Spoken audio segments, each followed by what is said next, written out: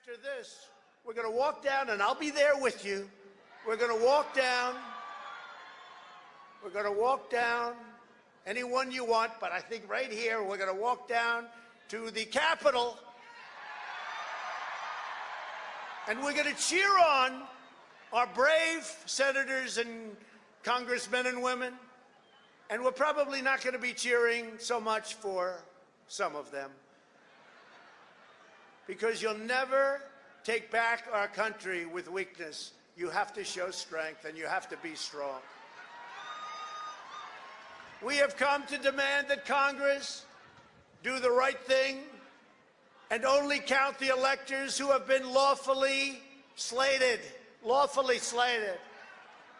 I know that everyone here will soon be marching over to the Capitol building to peacefully and patriotically make your voices heard. Today we will see whether Republicans stand strong for integrity. Oh, man. So I apologize, everybody. I was on mute the whole time. Anyway, so first of all, I wanted to say I was literally just talking about how we had technical difficulties yesterday and we had to start the show today. And, you know, I'm still learning this StreamYard thing here. And I just had myself on mute again. So let me try and just run down what I was just talking about there real quick. Today we got Ryan Samsel on here today. We're looking to dispel a lot of the J6 rumors and a lot of the flat out lies said about him, and you know, also about how things started that day. You know, the government tried to say that Mr. Samsel here was tied with the Proud Boys. You know, he wasn't. But you know, that's besides here and there. We're going to be talking about the January 6th House Committee, and we're going to prove how they lied about a bunch of things. And we're gonna go from there. I think it's gonna be a really good episode. I was saying that Kash Patel wants to expose some of the things. We don't know when he's gonna do that, so we're gonna start now, and we're not gonna wait for anybody else to do it, because if you want something done right, you gotta do it yourself. So let's get this started. Ryan Samsel, what's up, brother? What's going on, Zach? Thanks for having me, man. Yeah, not a problem, not a problem. So obviously, you know, I want to bring you on here. You know, they tried tying us to each other, you know, from day one, even though we never met each other, don't know each other. But you know, like I said, I'm glad you decided to come on. You know, I want to point out that you wanted to testify at our trial for us. Is that correct? Yeah, I actually reached out to, I think it was I want to say Nordine's lawyer. I forget his name. If you say his name, because I had a was it Nick Smith, was it? Yes, that was one of the attorneys, yes. Yeah, so Mason, I told Mason kind of what happened. Me and Mason Carson were talking one day, and we had an argument, which, you know, we're friends, but, you know, men have disagreement. I wouldn't call it disagreement. And he said something to me one day. I said, dude, you really believe that? And I went to my cell and I showed him. I said, look, Mason, here's my paperwork saying I refuse to give any statements to the FBI. I refuse to ever sit down with the government.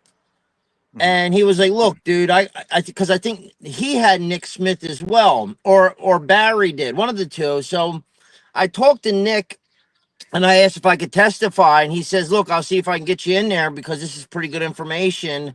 But I think that you had Judge Kelly, and I think he denied that motion or request by the lawyer, from as far as I know. Yeah. Yeah, I was told that we wanted you to testify, and they wouldn't let you. And I suppose because you had too much information, probably about Ray Epps and maybe you know, some other characters or whatever, or you were able to expose the truth a bit. And like I said, that's the last thing they wanted was the truth to come out. You know, the Proud Boys were the boogeyman of January 6th, even though we literally did not do what we were accused of at all. But yeah, anybody that was able to help us, they blocked us out. They did the same thing with all the confidential human sources that were apparently bedded in the Proud Boys. They wouldn't let us bring them forward either. And they were actually confidential human sources. But yeah, and anything, like I said, if anything helped us, basically they stonewalled at any chance they could. But I'll be honest with you. I was a little pissed off at you guys for stealing my shine. They said you guys started it, and I was like, The hell they did, I did. They didn't Well, yeah, even do nothing. now we're on that subject. Actually, what was you went down there that day? What did you go down there for that day? What was your point? Dude, so I never been to a rally a day in my life, ever in my life. So, all right, I'm from Philly, Zach, just like you are. Well, Mhm. actually, I'm a little bit outside Philly. I just tell people Philly because they don't know where the hell Bristol's at. It's about 20 miles north of Philadelphia. So, Phil, dude, I used to be a barber out there. I was a contractor barber, so I was making really good money. And, COVID came. We all shut down everything. At first, I kind of was like, all right, I guess this is acceptable. I didn't know anything, and I ended up catching COVID very early on. Tested positive. I thought I was going to be a goner, but because of all the media, you're going to die if you get it. And I got it, and dude, all I had was honestly a sore throat and diarrhea. And that was it. So, you're pushing. I'm going 6 months now. Then you got the George Floyd riots. I'm literally seeing my city get torched. So the one day I'm sitting in my car like I am now. I used to go to the park to work out, and I said gym's open near me, and I came across this gym called Attila's Gym. I asked the owner, go in there, how much? He says, look, I can't legally charge you. Just give donations. I said, look, how about better yet? Can I cut hair in here and make some money, and I'll give you a piece of that? And he says, look, as long as you don't charge people, you just got to take donations. I said, all right, perfect. Well, we're doing that, and then we started getting harassed by the governor Phil Murphy. He started his stuff, and I started realizing, dude, the National Guard wasn't out there to stop the George Floyd protest in Philly. They were out there to make sure people weren't opening up businesses, dude. That's the truth. And I'm seeing, honest to God, I'm seeing National Guard trucks. They're out there watching not protesters, but people destroy the city. But they're worried about if I'm opening up my barber shop, and then I'm dealing with that. So I didn't even really know about the rally down there. So the one night I go to the gym, and Ann Smith was like, "Yo, I'm going to speak on January 5th down in DC. You should come down, man." And I was like, on the 5th, I don't think I can. And he was like, we going to the rally on the 6th? And I said, I don't know. And so I had a couple other buddies say, right, you should go, because I have a conservative group of friends, and that's all they are. It's not like we're not a militia. We're just a group of guys that have similar beliefs. So I said, all right, I'll meet you guys down there. Well, me and my girl went down there, and we drove. We went to we went to a place called the mall, something, the outside mall. I don't know, some kind of mall. And then from there, we took a train. We got off, and dude, it was. I'll be honest with you, it was one of the best days of my life to see so many after being locked down like Yeah, the shit that yeah. the people are saying, because we're from Philly, dude. It's all liberals. Hmm. We don't have a lot of like-minded people, and I seen It's all a that red, shithole. white, and blue. It is, dude. Hmm. And I seen that. I thought it was awesome, man. I'm like, yo, this is awesome, bro. And that was really my motivation going down there, was really to ask. Okay, let me go back. Remember when they had the PPP and the PUA? Well, dude, somebody ripped me off. So I did time in jail. I did 6 months at this particular time for a misdemeanor simple assault, and no, it wasn't on a woman. It was bar fight. So I did 6 months. 3 months was suspended. I did the 3 months. That was a while ago. When I was in there, our social security, our pictures was leaked. I ended up getting a lawsuit for that, which was worth only $600. But somebody used my information to get the PUA. So I never got the 15 grand or 10 grand, whatever it was. So I used to try to go to Tina Davis's office, which is our Bucks County state rep. And dude, I used to see her sit in her office eating Chinese food, but never would answer the door and tell me COVID was here. Dude, I literally was getting text without any representation. The governor of New Jersey was telling us we can't work out. We can't, like, I just felt like my government was seriously getting out of control with the work. How come you can go to Walmart and get your hair cut or any big time establishment, but you can't go to a mom and pop store? You can't go get your hair cut at a non-franchise barber shop, Mhm. but you go there. So I was kind of fed up with that, and that was really my basis for going down there, dude. And my girl, she got fired from her job. I mean, we were really like living it rough, dude. Like we were suffering for real, Zach. Yeah, I believe it. And in Philly, I was in Philly too during that time, man. They torched my neighborhood all summer. And Yeah. I'm from Port Richmond, literally. We were one of the hardest hit neighborhoods in the city, outside of Center City. And yeah, this is lockdown after lockdown after lockdown, man. It was a year worth of, it felt like a perpetual lockdown, really. So being Yeah. able to go to those rallies was something to do. I went to so many rallies in 2020 alone. So I don't blame anybody who went down to January 6th. I mean, a lot of people viewed it as the last time Trump would give a speech.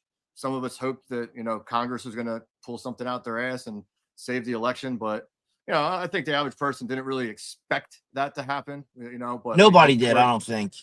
Yeah. But things ended up getting out of hand on January 6th, but I don't think it had anything to do. I don't think it was protesters' fault, to be honest with you. I mean, I do think that there was some forces in there, and I'm gonna get into that in just a second.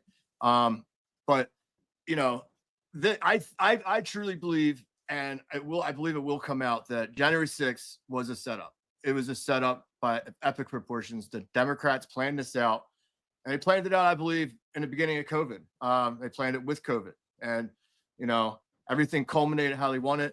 I think they wanted bigger things to happen, but the Trump supporters aren't what the media makes us out to be. And we didn't do a lot of the things that they hoped we were going to do. I mean, they hoped we were going to show up with actual weapons to try to overthrow the government, and that's not why we went down there. We went down there to protest. We supported Exactly. President Trump. But I want to get into the next couple subjects here. Can So I I make want a to statement on what you just said real quick, Zach? absolutely, So when absolutely.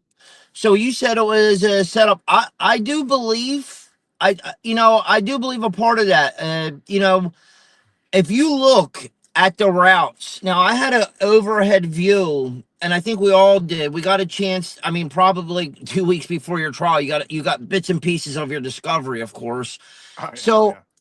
overhead, if you notice, dude, we were there was about approximately 1 million people, and I think it was permitted for like 500,000 or whatever it may be. I don't know. I don't want to misspeak, but I know there was a permit for a lot. If you look, dude, what do you think is going to happen when you tell a 500,000 to 1 million people? And Trump's not to blame for this. When you say go to the Capitol and you lead them into a cul-de-sac Hmm. with a little flimsy bike rack. What do Oh you yeah, think people yeah. are going to turn around and go the opposite way? It's physically impossible, bro. You seen how crowded it was. No, We were no, no. shoulder to shoulder because people just kept going in and going in and going in. Dude, you're literally funneled into a cul-de-sac with a flimsy ass bike rack, dude. Oh, you're gonna like what I have to show you in a little bit then, because I'm gonna back up everything you just said with the legal argument on that too. So, but let me start off with going over this definition here of a agent provocateur. That's a person who is employed by a government or police force to encourage individuals or groups to commit illegal acts. This is often done to incite legal action against them or to discredit their activities. Agent provocateurs may gain the trust of the target group, leading them to engage in illegal or controversial actions, which can then be used against them in court. This tactic has been used historically by governments and law enforcement agencies to undermine dissent and political opposition. Now, obviously, there's talk of a lot of agent provocateurs down there. The first one I'd like to get into is obviously Ray Epps. Everyone knows about Ray Epps. He's had this big sob story about how he was just down there, and we'll just read this video from J6 showed Ray Epps, a Trump supporter who faced threats after he became a target of conspiracy theories spread on far right media outlets and Fox News. Spoke with Samsel, with Epps whispering in his ear just before set of the attack of the police line. Both Epps and Samsel in separate interviews with the FBI indicated Epps told Samsel to calm down and that the police at the Capitol had been doing their job that day. And I find it's really interesting because there's I'm gonna show two videos real quick, two videos that completely contradict that, and one of them is one that we've all seen before, and I'm going to get into this one right now. I gotta share my screen real quick for this video. And it's like a minute or two long video. I won't play the whole thing, but just shows a little bit of a montage put together by Tommy Tatum's very good J6 advocate. He's helps expose a lot of things, and go follow his YouTube if you get a chance. And but for now, here's the first minute or so of this. After Ray Epps claimed, "We need to go into the Capitol." We need to go into the Capitol. Why did he walk away? However you define January 6th, a text message sent by Ray Epps to his nephew at 2:12 shows that he admittedly orchestrated it. But how did it play out? Who was involved?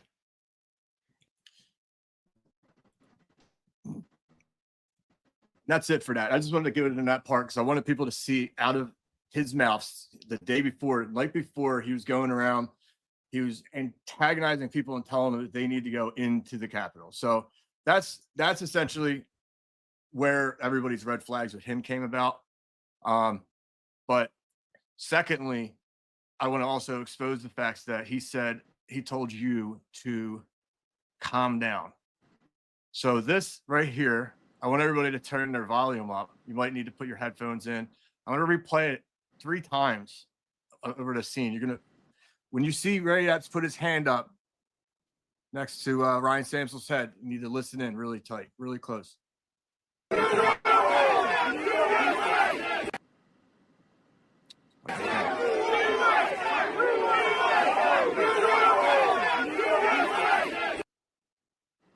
One more time.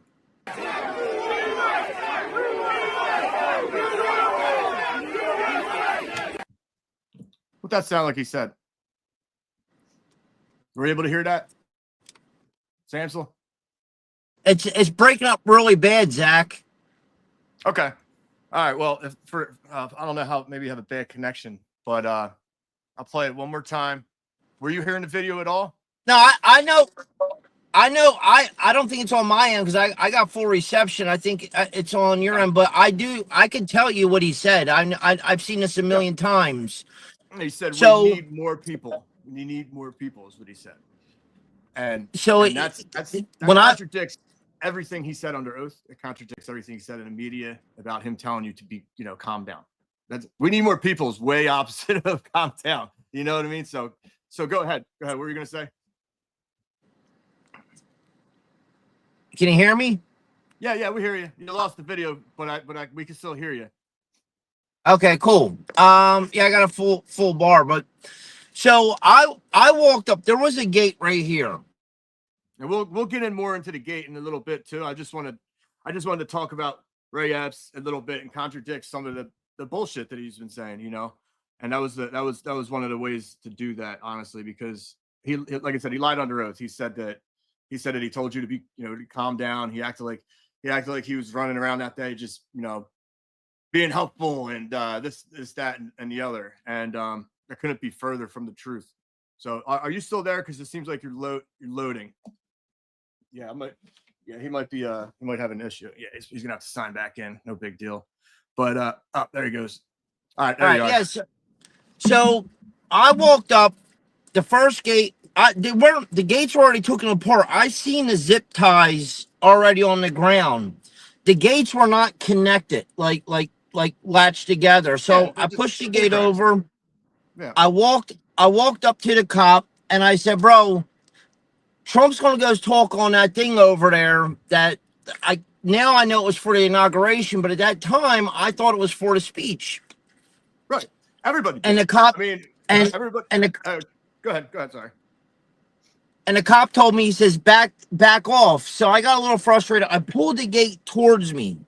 At that moment, you'll see like I turn around and look behind me for a sec because I heard somebody come up and say, "Don't everybody calm down. I'm a Marine. I'll handle it." And he came up, right, and that's Ray Epps. So I kind of turned around to see who the hell was come up behind me saying that. And he whispered over, he says, "Hey, don't don't pull. We got to push. I got more people, or wait till more people, something along those lines. And he didn't whisper it. He yelled it into my ear. It just looks like he whispered, but he actually yelled it. Yeah. Yeah. At one point, I don't know what he said right before, but definitely the last thing he said was we need more people. And so that adds some clarity, because I always wonder what he said right before that. So, but still, either way, that completely contradicts everything he said under oath. And it's on video. So video doesn't lie. And I've seen Ray Epps personally multiple times that day. And I saw a man who was playing both sides. He was playing both sides. He would act like he's trying to, calm people down 1 second. And in another moment, he's telling everybody to, you need to go, you need to get there, you need to hold the line or do this, yada, yada, yada. And just absolutely getting people amped up. And, that's essentially what, especially considering the fact that what this man got charged with when he got charged? I think it took about 2 years, right, before he was actually charged. He fell out again. Okay, but anyway, so Ray Epps, I don't think he got charged for like 2 years. People were calling for his not his arrest, but they were like, who is this guy? Who is he? He's obviously some sort of law enforcement asset, agent provocateur, like I said. And the government wasn't flat out denying it. The media was denying it for him, but it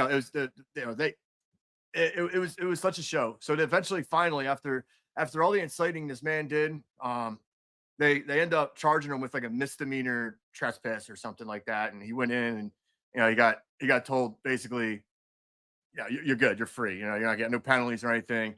But anybody else in similar situations, or even less, like I've seen people get convicted of far less than what Ray Epps was running around doing. And they got 2 years in jail, maybe 3, whatever. And it's just absolutely insane to see that this man was able to get away with like some of the stuff he did. And it was just like, why was that? And like I said, truth's coming out on that during our own trial.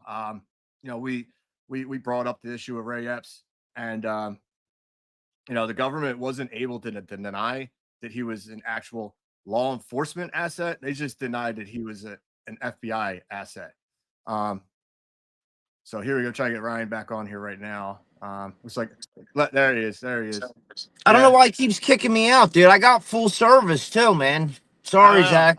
It's all right, man. Just keep coming back in, bro. It's not a big deal, Yeah. So I was just wrapping up the conversation with Ray Epps. We're gonna move on, but we're gonna probably circle back with him at some point. We're gonna talk a little bit about some of the things with him, but I'm gonna go into this next guy here.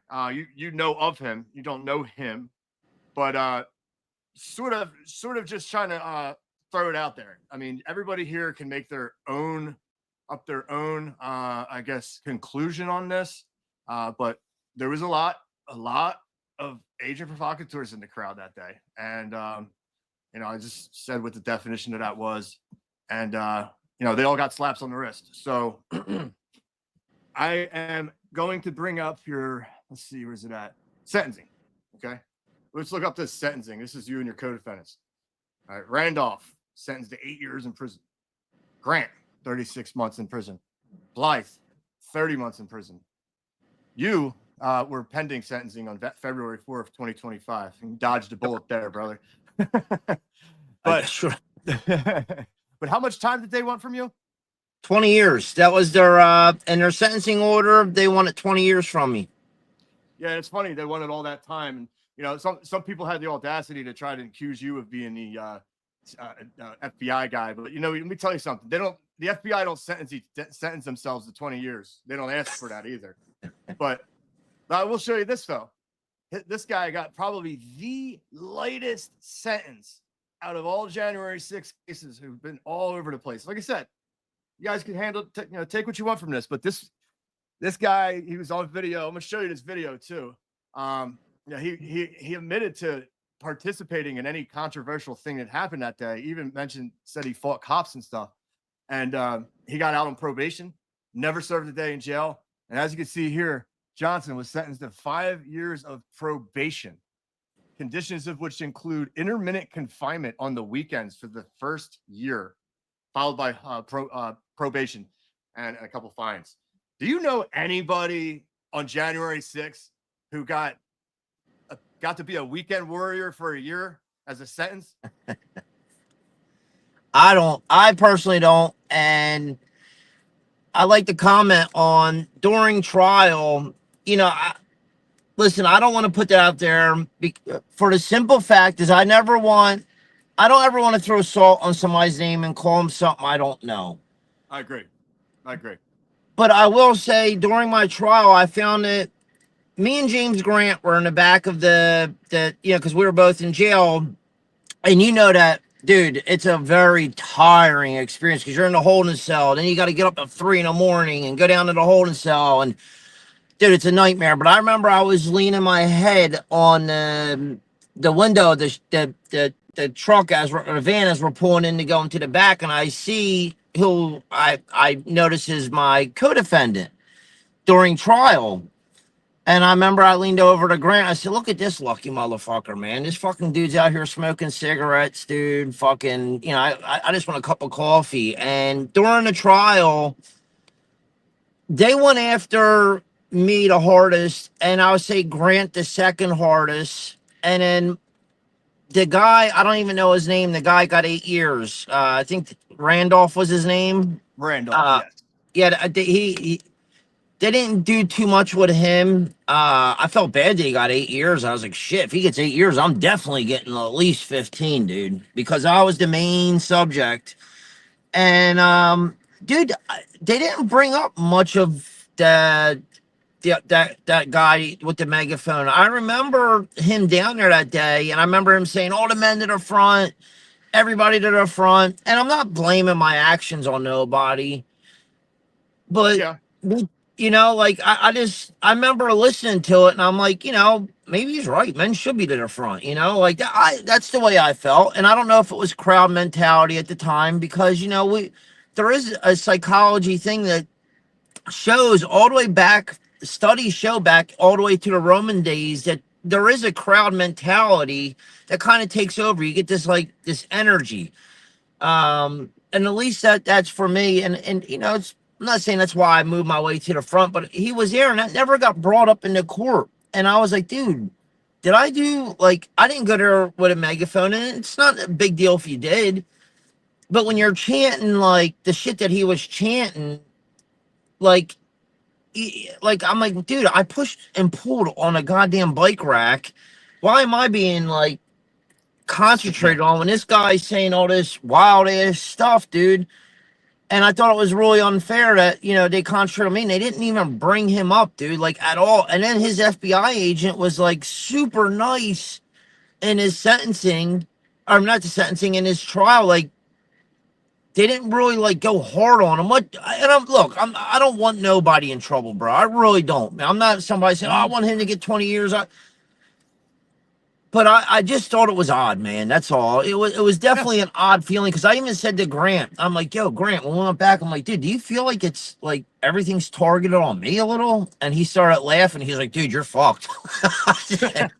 I think so, dude. That sounds like something he would say. And yeah, look, I'm not asking, I'm not trying to push the blame towards anybody else, but I find it very suspicious as well. I have other things I'm going to pull up regarding him.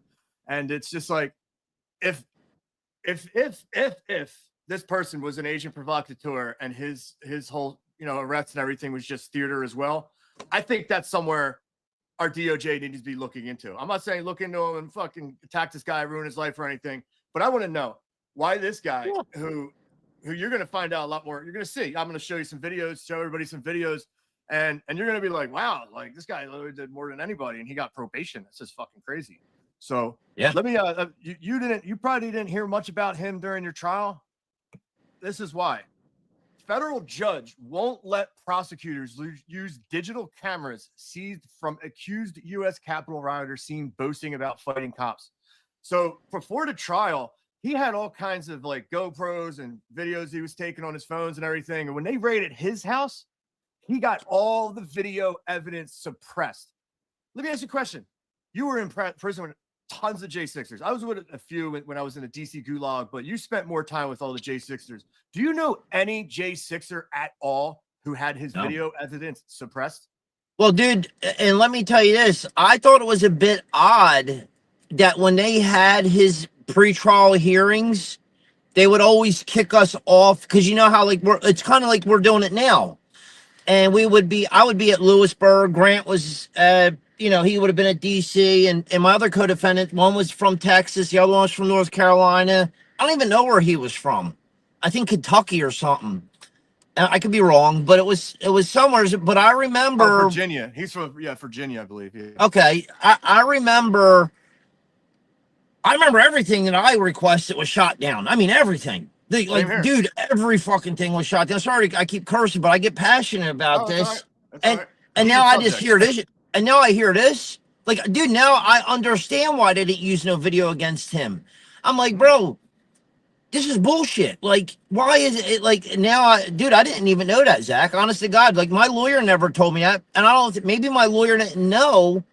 And he had. You know what's crazy? He had public defenders.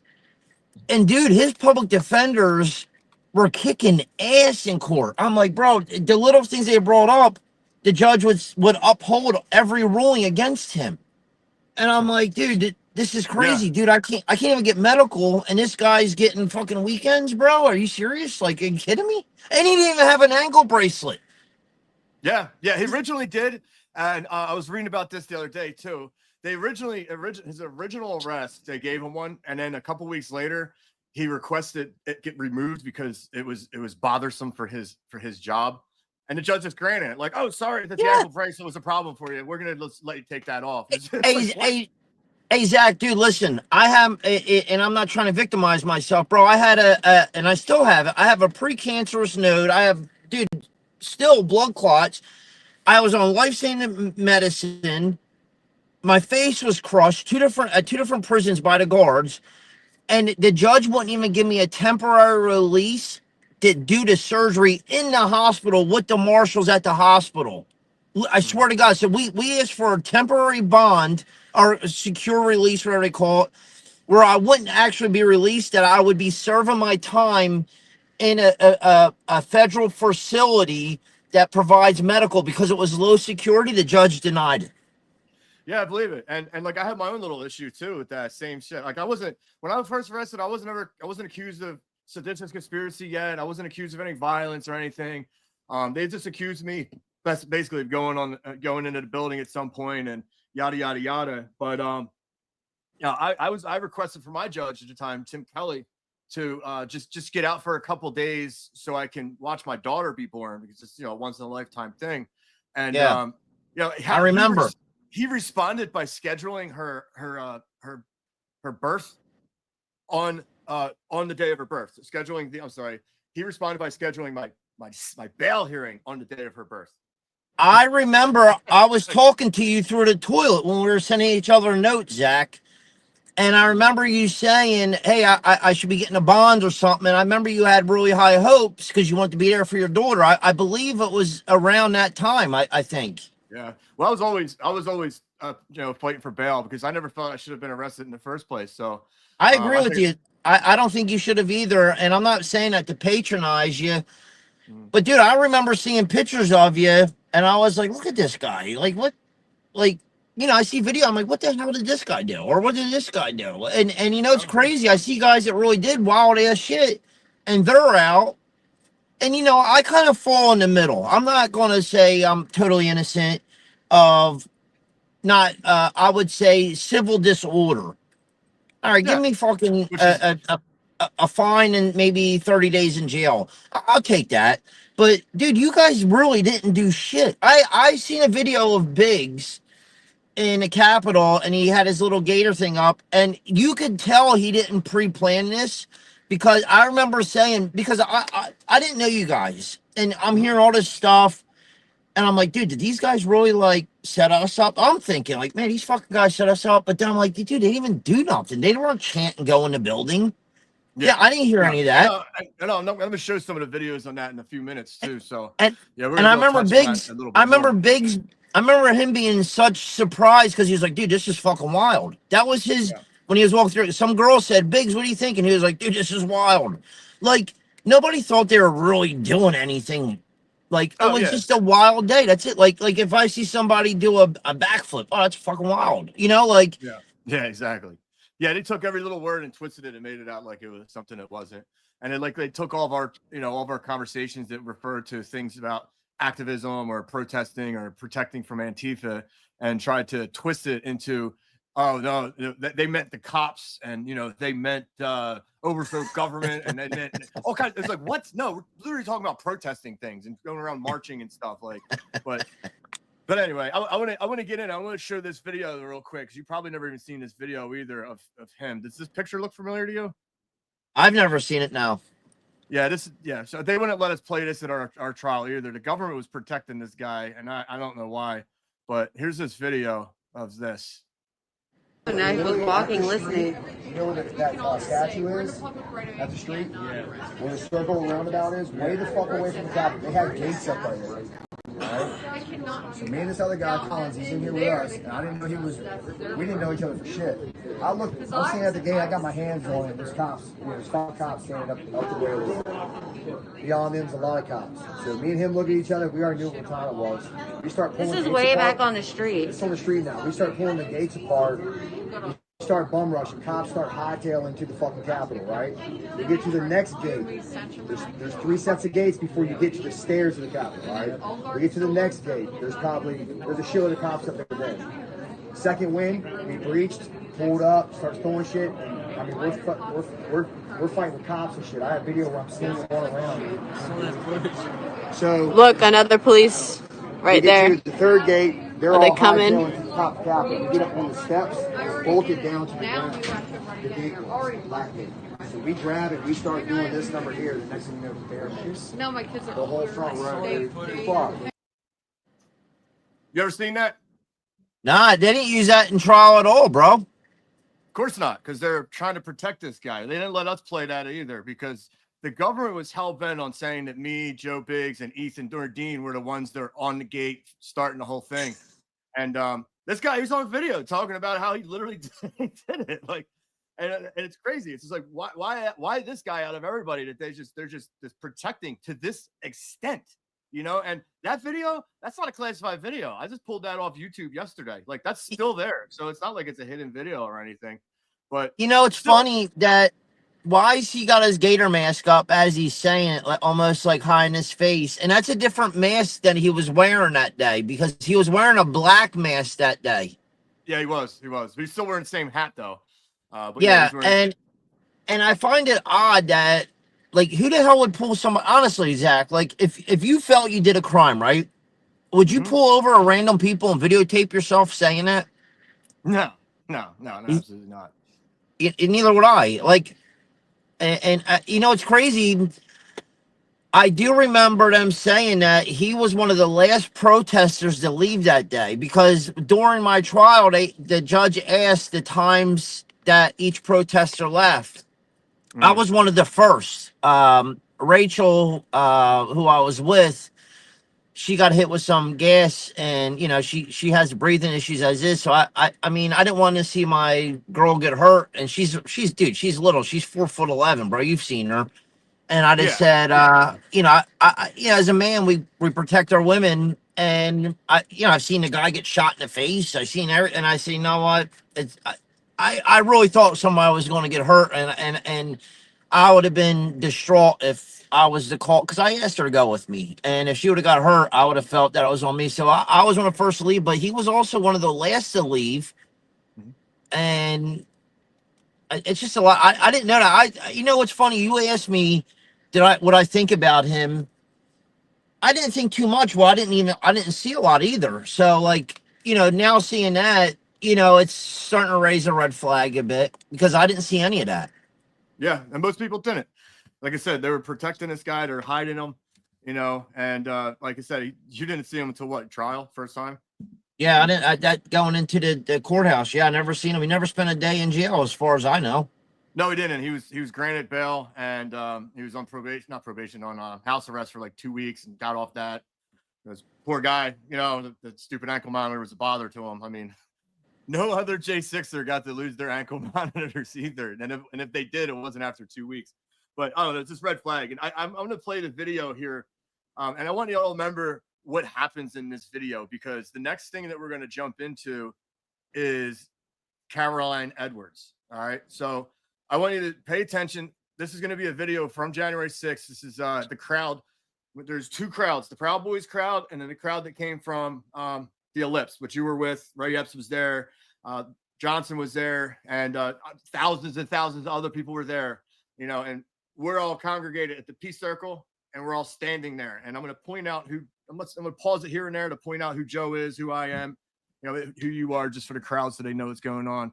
So, but you're also going to see, I'm going to show two similar videos here.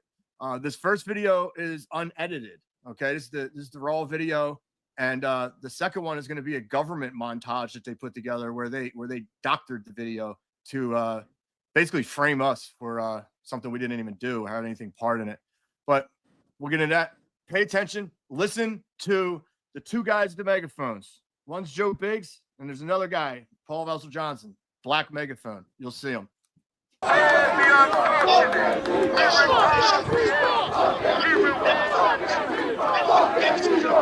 Antifa! Fuck Antifa! Fuck Antifa! You can fuck Antifa all day long. That's not the problem.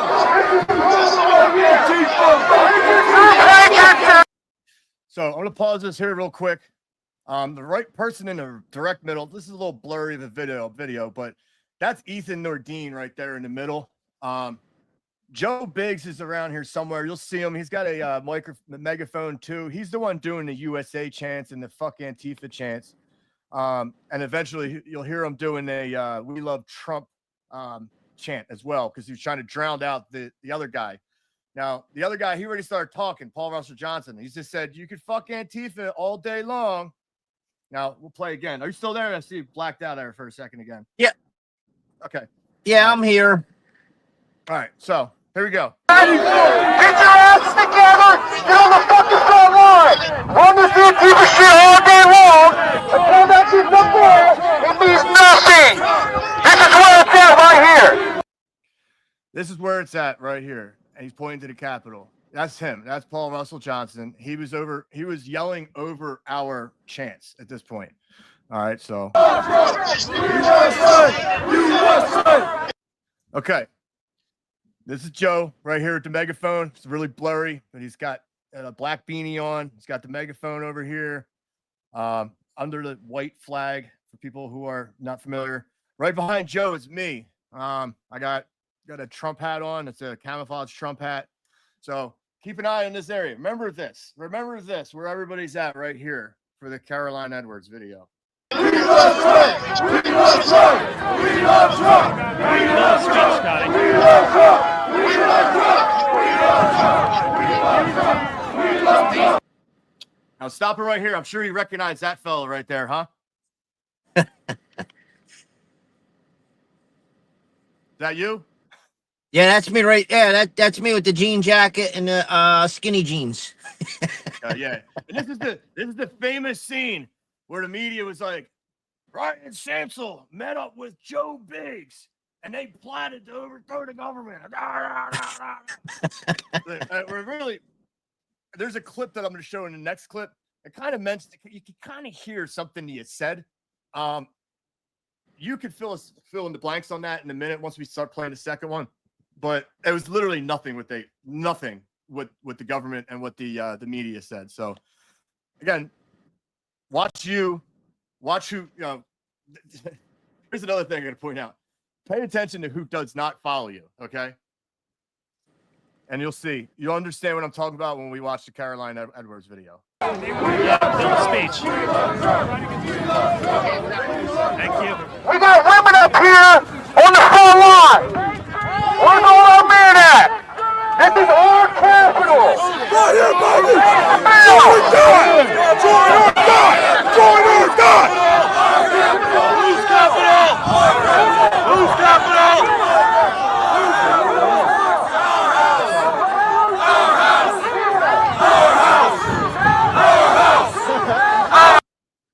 So clearly, literally, you Hey, can- can I say something? Can I say something? So Sure. you see the guy. First of all, two things. You see the guy that's wearing all camo with the helmet. Was he right in the That's video blood. now? Yeah, he's right underneath the guy with his arms up. That's my other co-defendant, Blythe. Okay. And then did you notice that Ray Epps the whole time was standing? Like these are things that I didn't. I never seen that before. Yeah, he was staring right at Johnson, like he was. And I'll play it right now. He was staring right at Johnson the whole time, like he was just like waiting for him to get done talking. And then he starts cutting through the crowd, and Johnson follows right behind him. So I'll play that again because went too far back. Yeah, let's see.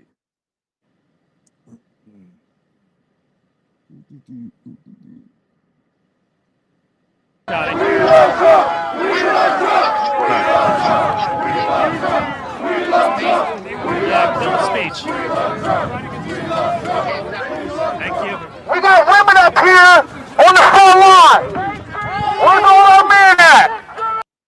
For those who don't know, Ray Epps, his head is right above the man with the back megaphone. Ray Epps, he's staring at him right there, and he kind of gives him like a little nod, like time to go up to the front. And they both cut through the crowd to go to the bike rack. This is our capital.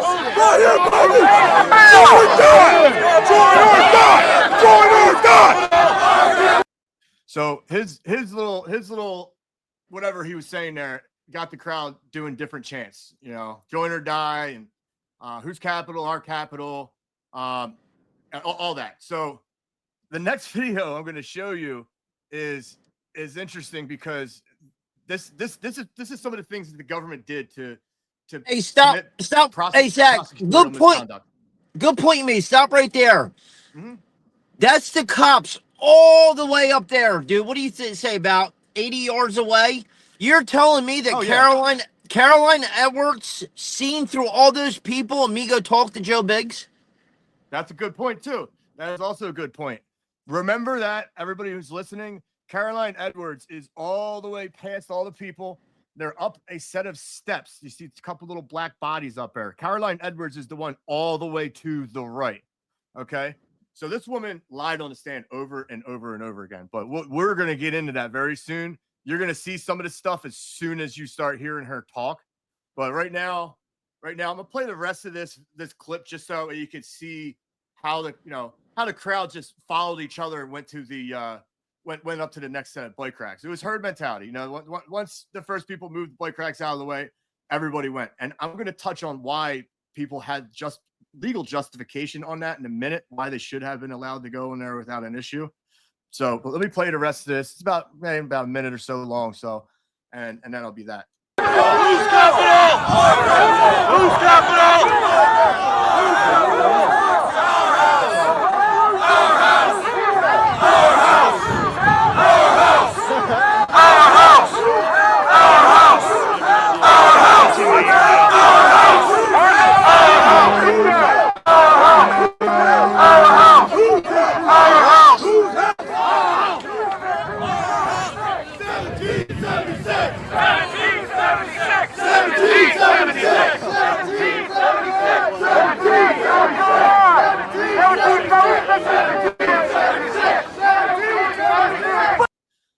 I'm going to pause here real quickly because the chant stopped right after this. You're going to see still Joe Biggs right in the middle. Doesn't even have his back to the bike racks at this point. And these are things that you're going to see that is going to contradict Caroline Edwards' statement. To the right, you see me right in the middle. We're both right in the middle. He's got the black and white coat with the black beanie, and I got the camo hat, black coat. Standing there, not doing anything, just chilling, whatever. 1776. Oh, and that's Ethan Nordine lurking around with the glasses. He's drinking a beer, and you'll see him drink a beer a couple times. I mean, yeah.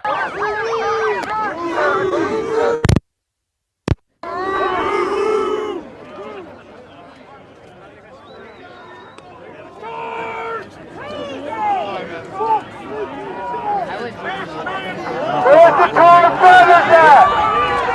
Might be a good idea. In the middle. 1776.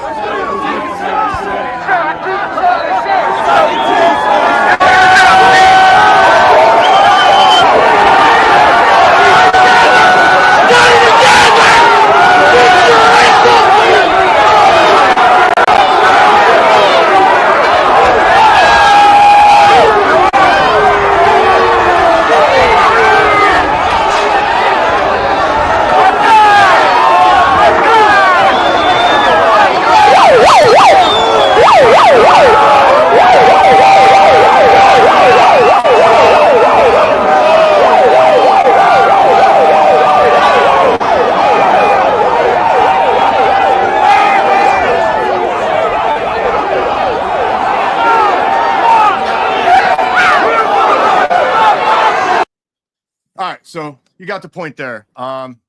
Basically, just wanted to get an idea because they said at our trial that we led the charge, we were in front and center doing all this shit, and you just seen we're just some fucktards in the middle of the crowd, standing around, staring at the sky. Joe wasn't even looking in the same direction when people first went past those bike racks, and it's just crazy, and it gets better because.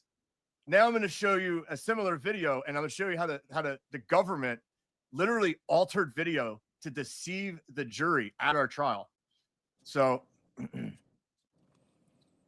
this is an actual government montage that they put together and showed to the jury. I'm going to speed through a lot of this stuff because it's just random. It's got us marching to the Capitol, and we're just doing chants, USA chants, food streets, our streets. Typical things we always did at protests when we did marches around, especially in DC and in December and everything, because we're always competing with Antifa for the streets. So when we have the streets, we say it's our streets. When they have the streets, they say it's their streets.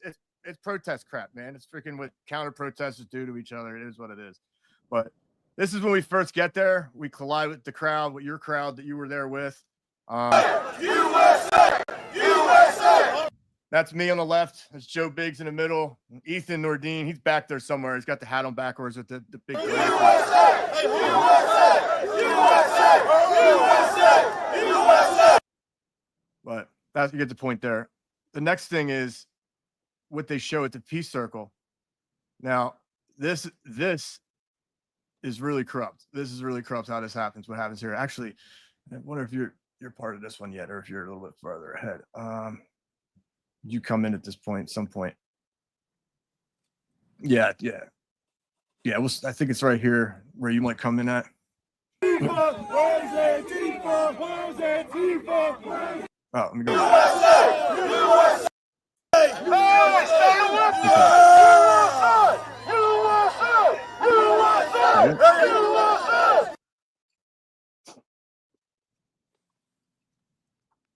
I'm still here. Everybody! Hey! Everybody right now, all I want to know is where's Antifa? Where's Antifa? Not where are the Capitol Police? Not where are the Congress people? Where's Antifa? Where's Antifa? Where's Antifa? Where's Antifa? Where's Antifa? Where's Antifa? Where's Antifa? Fuck Antifa! Fuck Antifa! Fuck Antifa! Fuck Antifa! Fuck Antifa! Fuck Antifa! Fuck Antifa! Fuck Antifa! Fuck Antifa! Fuck Antifa! Fuck Antifa! Okay. Now it's going to move into the next part here. This is really interesting because I want you to pay attention here. The left side, they're playing audio and video, and they're showing Joe. The right side is video only, and you're going to see that your Johnson is not as loud as he used to be, and in parts, most of the part, he's completely cut out. I swear the prosecutors were taunting us here at trial because we weren't explicitly able to talk about this guy at all. But during our trial, they show video of him where he's muted, essentially. And they're saying, look, Joe is the one who rallied up the crowd. That's why the crowd got rowdy and decided to knock the bike racks over. And here we go. And like I said, this is prosecutorial misconduct right here, straight up. Antifa! Fuck Antifa! Fuck Antifa! Fuck Antifa! Fuck Antifa! Fuck Antifa! Fuck Antifa! Fuck Antifa!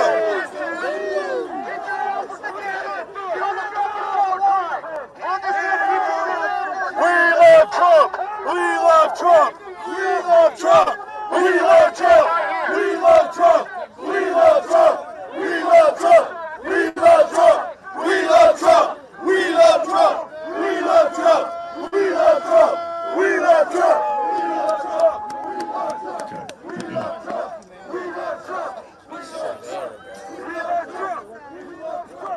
Yeah, so now it's going to play the part where you go up to Joe.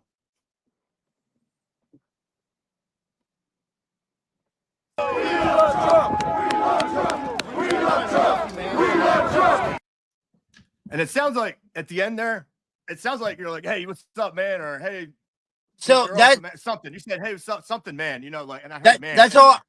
So I went up to him. I said, "Hey, what's up, man?" And then I don't know. Maybe it wasn't him because it's so long, Zach. But I could have swore that I said. I mean, I don't want to lie. One thing about me is you don't get the truth. I said, "Hey, I'm going up to the front." And I say, "Hey, man, what's up? I'm going up to the front," or something like that. That's all I said to him. And I didn't know Joe from a can of paint. Dude, I swear to God to you, bro. The only reason I went up to Joe is because I seen he had a megaphone at that point. That was really it, dude. I didn't know he was a leader of anything. I just picked him out of a crowd, bro. And I swear to you, that's why I think the FBI, two reasons I think the FBI wanted me so hard. They wanted me so bad to show up to your trial to testify against you. The FBI wanted me to say that you guys pretty much convinced me to go to the front. And I wasn't doing that. I became really good friends with Dominic and his mom. His mom is like a mom to me, dude. And I just couldn't lie like that, dude. Like I look, Zach, I love this country. I mean, I've been all over the world, dude, and I know really good fucking men who died for this country. And I just couldn't imagine at that time. See, people judge us based on now. And I don't think they realize what we were going through then and what our country was going through then. That's the hard part. It's just like even today they say, "Oh, the founding fathers were slave owners." Well, they were men of their time.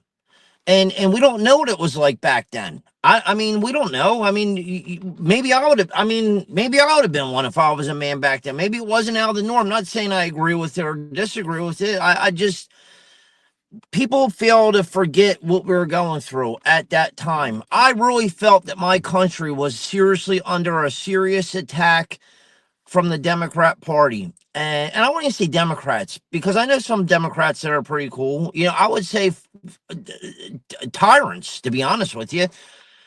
And I was really pissed off. Like, dude, Zach, there was times I slept in this car that you see me in, bro. Like, I had nowhere to go, and I was really fed to F up, dude. Like, I was really fed up. And I wanted my voice heard. I didn't think my voice was only heard from a mile back there. And you got Congress there, dude. I don't think they're going to look out the window and even see us. I'm like, dude, what the hell are we doing all the way back here waving flags? I want to be on that lawn. I want to be waving my flag on that lawn. And I swear to you, dude, people say, "Why did you want to be on the lawn?" I remember my father, my dad was a Vietnam veteran. I remember my father saying, "Dude, when we went to the Capitol, we made them, we all sat there and they literally had to pick each person up and drag us off. We just laid there." And I was like, really? And I thought, like, you know, not saying that was my plan. I didn't really have a plan, but I thought that we should have a right to be there on the goddamn grass. I'm like, fuck, dude, what am I doing all the way back here, dude? Yeah, You know? absolutely. You know, and you're not the only person who felt that way, honestly. There's a reason why people wanted to, you know, move the bike racks out of the way. But moving back, you see how they lowered the volume of Johnson while they were playing that montage? You there? I think I'm losing you again. Yeah, I'm here. No, I'm here. You hear how they lowered the volume with Johnson when he was speaking on that montage that they showed the jury? That's misconduct. That's deceptive practices. You're not allowed to do that, but they did it anyway. And that was a big part of a trial, and there's literally nothing I could do about it. But we're gonna get a little more into the bike rack scene here.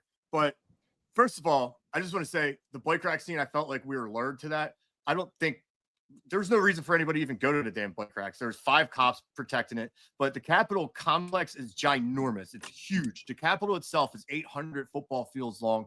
The Capitol complex is even, it's giant. It's a giant park. Nobody even needed to go up that walkway. And I'm going to show you right here. This is people going around, walking on the grass.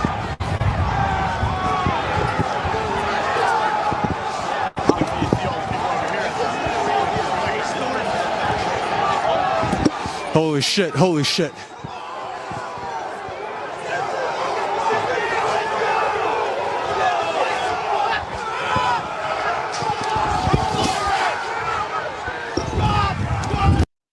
So anyway, these are people coming from a different direction. There's this walking onto the grass from a different direction. Like the entire Capitol complex is open. You can walk anywhere on the Capitol from all the side streets and everything like that. I mean, so like the fact that everybody went to these bike racks, like I said, I feel like that was a lure. We got lured there, and it was just a setup too. Because why would we all go to the bike racks? You know what I mean? Like we could have walked around the bike racks. But here's the thing. Here's why we were allowed to be there. Okay. It was an unlawful barrier bike rack be put up in the first place anyway, because this problem was solved back in 1972 under the Rankin Brigade versus the Chief of Capitol Police. The case of Jeanette Rankin Brigade versus Chief of Capitol Police is a significant legal battle that challenged the constitutionality of a statute that prohibited demonstrations on the grounds of the United States Capitol. This case was brought by a group of women who were arrested under a statute, which was part of a series of statutes regulating access to conduct upon the Capitol grounds. This court's decision, affirmed, which means agreed upon by the Supreme Court, declared that the statute's unconstitutional and enjoined its enforcement, marking the First Amendment rights and significant victory in the battle against repression of dissent. For layman's terms, that means we had every right to be on the Capitol grounds as upheld by the Supreme Court. Now, the only sign that was on that bike rack, it said, by order of Capitol Police, area closed. Well, the Supreme Court says the Capitol Police don't have a constitutional ground to tell people they can't be on those Capitol grounds. And number 2, President Trump has said, and we're not blaming President Trump, but we're talking about people who just heard President Trump say, we're going to go protest at the Capitol, not protest on some side street, freaking half a mile away from the Capitol. No, at the Capitol. We're allowed to be there. And not only that, the next thing is all the permits that were issued by the Capitol Police for January 6th. No bullshit. There was over 6 of these. This is just one of them. I don't want to waste everybody's time by showing all of them. They all look like this. So it says date of event here, 1/6/2021. Where at? U.S. Capitol grounds. And this is approved by the Capitol Police and everything. So literally, there was an expected protest with an issued permit at the Capitol, and there's these bike racks put up for some reason, and you have these cops telling people they can't go up there, and people are just coming back from this event, hearing the president say, we're going to the Capitol, the protest. Yeah, people wanted to move the damn bike racks out of the way. They have every right to. The Supreme Court backed us up. These permits allowed us to be there, and the president said he's going to meet us here. So nobody broke any laws going through those damn bike racks. Would you agree? Yeah, I mean, obviously, I was I mean, yeah, 100%, Zach. You're never going to argue me out of me with that. I mean, I felt that I had every God-given right. Like I said, I'm a very patriotic dude, and I know the greatest cost that this country have is blood in our, and that is to protect the Constitution.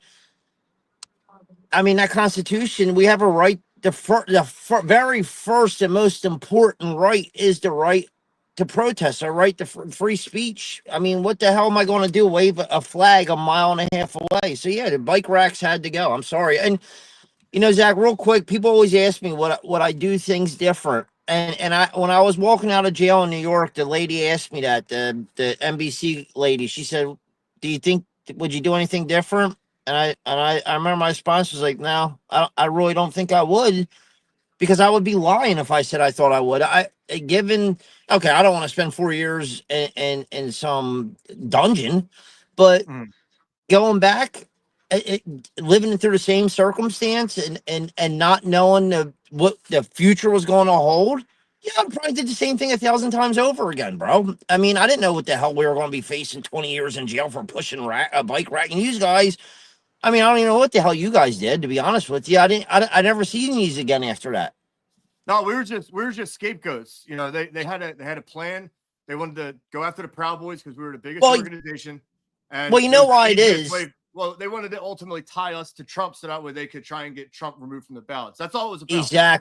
Exactly. Because he mentioned, see, what he said, stand by and stand back, dude. My personal take on that was he was telling you to stand back and protect the streets when left wing demonstrators. Because to be honest with you, the more I got to know you guys, when I didn't know you guys, and I remember like seeing these things, and I'm thinking like, are these guys like, KKK man? I didn't know, bro. I really didn't, and I don't judge anybody until I get to know them.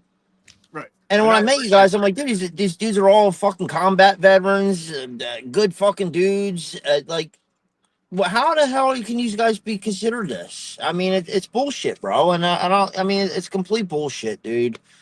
And that's one of my main besides the fact that I'm not a rat, I just can't see getting on a stand in line. And I thank God that my father raised me the way he did, dude. And because a lot of people would have turned in my situation just to get the hell out. And I know my dad would have been so disappointed in me, and that was another reason, man. So like I'm just glad that Trump pardoned us because, dude, honestly, we really didn't do nothing. And I know it's a little off subject, but like I always say this, Trump gave us our freedom, but he never gave us our life back. We lost a lot, dude. Yeah, I think things are in the works to help out with that at some point. I think they're still doing a lot of things to expose the narrative, and just as we are today, I hope one of them are listening or at least watching this and get some leads. But like I truly believe Trump when he says that he's going to do what he can to help us. I mean, he hasn't lied to us yet. Things aren't moving as fast as we would like it to, but I truly believe he's going to come through with it. But the next thing I wanted to get into, and this is about a 4-minute video, but it's Caroline Edwards testifying under oath at the January 6th House Committee. And let me tell you, all of the January 6th House Committee hearings, they were all coincided with all the important dates of our trial. No bullshit there. When they released their final report in December of 2023 or 2022 or 23, whatever year it was when it was 22, and 23 is when Republicans took back Congress. So they were all leaving in January 24 or whatever. You got 23. That's what it was. You get the point. But they released their final reports on J6 House Committee hearings during jury selection in DC, and they made a huge spectacle about it. And I remember it was the most unfair jury selection ever. I mean, like, we had these lying sacks of shit up there getting on the stand talking about all this crazy crap that we did and didn't do, and like it was all purely propaganda and lies, straight out lies. And I couldn't believe it. So every juror that walked in that door already had a preconceived notion about us based on these the final report.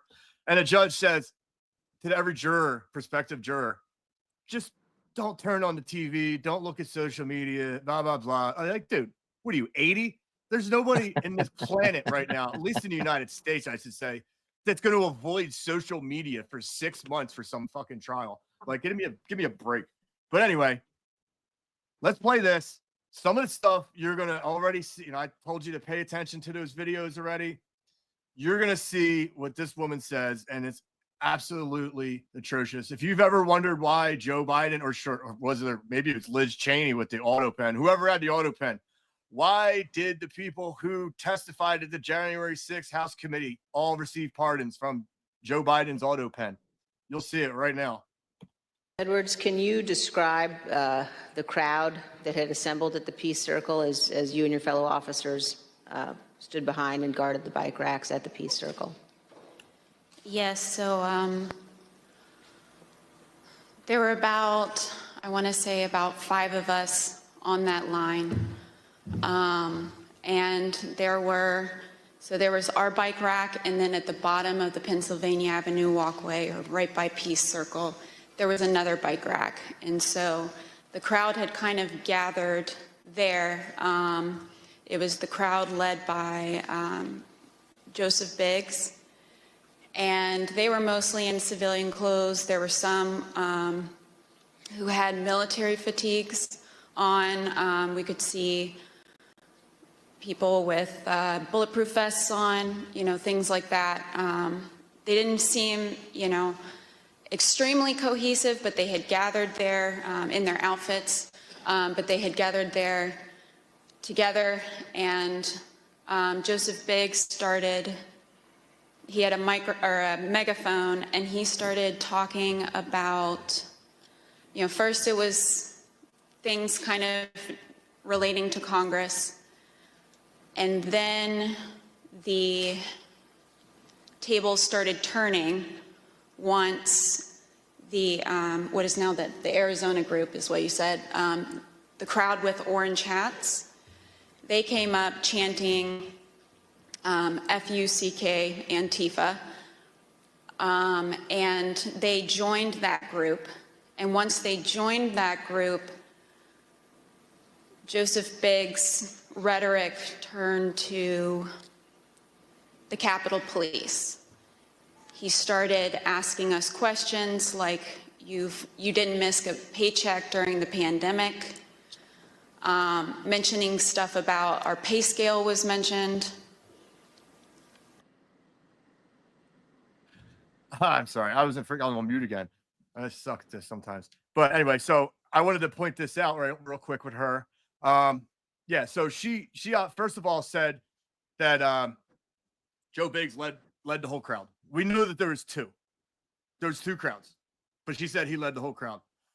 And then she went on to blatantly lie about how Joe was yelling at the police about paychecks or this or that or whatever. But we just saw the videos, all of them with Joe Biggs when he's using a megaphone, and not once did he say anything about the Capitol Police at all, let alone writing paychecks or this or that or pandemic. But I mean, it gets better. So I'll continue playing here. And started turning the tables on us. And I've worked, I can, conservatively say probably hundreds of civil disturbance events. I know when I'm being turned into a villain, and that's when I turned to my sergeant and I stated the understatement of the century. I said, Sarge, I think we're going to need a few more people down here. And so after that, I think they started conferring. They went a little silent. They started conferring among each other. I saw the person now identified as Ryan Samsel. He put his arm around Joseph Biggs, and they were talking, and then they started approaching the first barricade. They ripped the first barricade. Let's stop right there. Remember I told you to see who follows you and who doesn't follow you? Do you remember Joe Biggs following you to the gates? Not at all. I didn't see, again, dude, I didn't see him ever again after that. Yeah, and it's funny, you also made this point. She's seen you from, 50, 60 yards away, go to Biggs, and knew what you talked about. That's well, not only that, she's seen through all the people, dude. Like I mean, come on, dude. Anybody got a half a brain could tell this is complete bullshit. Yeah, exactly. Well, here's the thing. They weren't showing these videos at these January 6th House Committee hearings. It was a charade. It was a kangaroo court. It was bullshit. It was meant for propaganda, and it was meant to destroy Trump. Nothing more, nothing less. And we were all collateral damage pawns used in the whole process. So it's got a little bit longer here to go. Down, and they approached our bike racks. At that time, we started holding on, grabbing the bike racks. There weren't many of us, so I grabbed the middle between two different bike racks, And, you know, I wasn't under any pretense that I could hold it for very long, but I just wanted to, you know, make sure that we could get more people down and get our CDU units time to answer the call. So we started grappling over the bike racks. I felt the bike rack come on top of my head, and I was pushed backwards, and my foot caught the stair behind me, and my chin hit the handrail, and then at that point I had blacked out, but the back of my head clipped the concrete stairs behind me. And you were knocked unconscious, is that right, Officer Edwards? Yes, ma'am. But then when you regained consciousness, even with the injuries, you returned to duty, is that right? Yes, ma'am. You know, at that time, adrenaline kicked in. I ran towards the West Front, and I tried to hold the line at the Senate steps at the Lower West Terrace. You're on mute, Zach. Thank you again. Thank you again. Anyway, so oh man, I need to stop muting it, but I don't, you know, the last show I did, I didn't put it on mute when I was playing a video, and like my kid was outside the room making all kinds of noise, and like everybody after the show was like, hey man, you gotta mute that or something. All I heard was like a bunch of background noise. I could barely hear the video, and I was like, crap. All right, I gotta utilize that mute button a little bit more. Yeah, if you see me starting to talk again, just do that. Just tell me, hey man, you're on mute still. I appreciate it, brother. But yeah, so anyway, this is the media narrative that's been going around about Caroline Edwards. This is what she was pushing. You heard what she said over on oath. But Edwards was stationed in the west front of the Capitol at the start of the attack. She signaled on the Capitol Police radio to her first responder needed help and alerted several other officers around the Capitol that the police were being overrun by the mob. She was then pushed with the bike rack by Ryan Samsel and hit her head on a handrail, which cracked her skull and gave her a concussion, making her lose consciousness. She woke minutes later. I want you to remember this. Minutes later, they're saying, and continued her defense, engaging in hand-to-hand combat for hours. Her concussion caused permanent traumatic brain injury effects. And she testified to the House Select Committee investigating attack in 2022 and was awarded the Presidential Citizens Medal by U.S. President Joe Biden. What do you know? What do you know? So you had a little more information about her than I did. First of all, I'm going to play a video showing you, two videos showing you doing the opposite of encountering this narrative here that she put out there. So you said you had access to something, maybe, I don't know, you heard about some medical record or something that says that this was a lie or something like that to that effect. So I have to get my I do have a digital discovery somewheres, and I could dig it out. So I actually got my discovery after trial.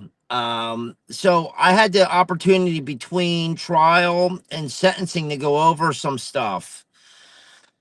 And so I noticed in her, she didn't go to the hospital. First of all, she didn't lose consciousness, dude. That's number one.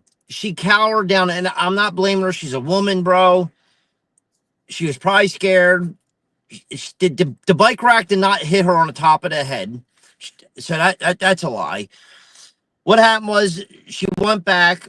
She fell. She did fall. Unless her brain is in her ass. I mean, I don't know how she got brain injury because she fell on her ass. She rolled over on her side. The reason I picked her up, dude, is because there were so many people there. You seen the video, literally shoulder to shoulder. Accidents happen. I didn't want to see her get stomped on by laying there. So I literally picked her up and pulled her aside and asked her if she was okay. Dude, she immediately thanked me and said, thank you so much. Thanks so much. I went to walk away and she grabbed my shoulder, kind of like, stay here, because I think she was nervous. And so I literally stood there with her for about 30 seconds until she took off. She dropped her beanie. I picked it up and later met her off at the front Terrence. I handed her beanie back and I patted her on the shoulder. I said, listen, are you okay? Are you fine? She said, yeah, I'm fine. During her medical records, she went to the hospital 12 hours later. It was like, I think 1 o'clock in the morning. And the reason when she went to the hospital, she told the doctor there that she got a call from her superior that told her to get a checkup. When the doctor over, he told in his report, he says, I feel like she was pressured to come here. That's what the doctor put in her medical report. But I don't find any findings. We did an x-ray and a CAT scan. And the big word was she shows symptoms for a possible concussion, but I can't defer or something like that. She went to another hospital 2 days later in Virginia. The hospital had the same report. She had 0 injuries. She went to a third hospital, and I want to say it was John Hopkins hospital in Baltimore. When she was at John Hopkins, they did a brain test on her. They said it was completely fine. 10 days after January 6th happened, and this got brought up in my sentencing or in my trial, she had an accident 10 days. She was sheep riding. I guess that's a thing. I didn't know, but she does sheep riding. This is like some kind of farm thing, I guess. She fell off the sheep and had to go back to the hospital 10 days later. And in that hospital report, she had bruises on her thigh, and she ended up having a bruise on her elbow. During the trial, she showed a picture of a bruise on her thigh and elbow, but in none of the reports did she have that. Then, and I want to bring something else up. She said she had swelling in her face, right? In the hospital report, the swelling in her face was caused from the irritant that they sprayed themselves with. Mm-hmm. Yep. And I was convicted of aggravated assault with serious bodily injury. Now, you have to know the definition is serious bodily injury means you have to be admitted into the hospital. Admitted means you have to be you had to stay over and you had to have serious treatment. She didn't have any of that, Zach. Oh, yeah, I know. And I was found guilty of that. It's crazy. You know who wasn't? Who? My co-defendant. Oh, Paul Russell Johnson. No surprise there. No surprise there. That's wild. Now, I want to show 2 more videos here related to that. I want to show you, everybody, a video of you assisting the cop. And then I'm going to show another video of her alleged hand-to-hand combat right afterwards. So let's take a look. I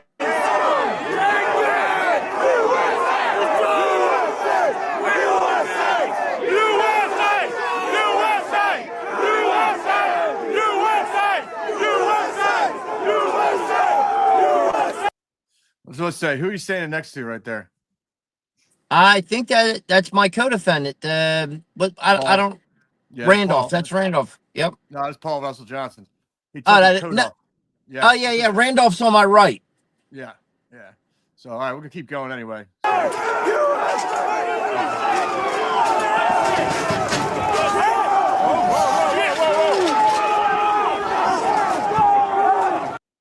First thing you do, look at that. Does that look like she was knocked unconscious for minutes to you? No. No, it doesn't look like she was knocked unconscious at all. She fell, sure.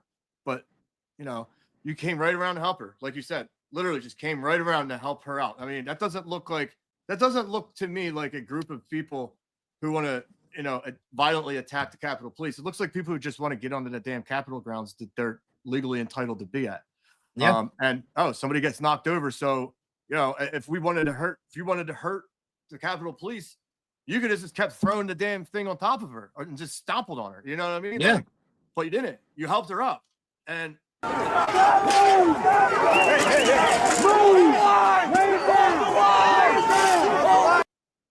hey, Zach, I want you to play this video further, and there's going to be a part where I yell, I saved your officer. And that was my intent. You'll see if you keep playing this video. Okay. Now, mind you, it seems a little bit hectic here in some areas. So I'm going to, yeah.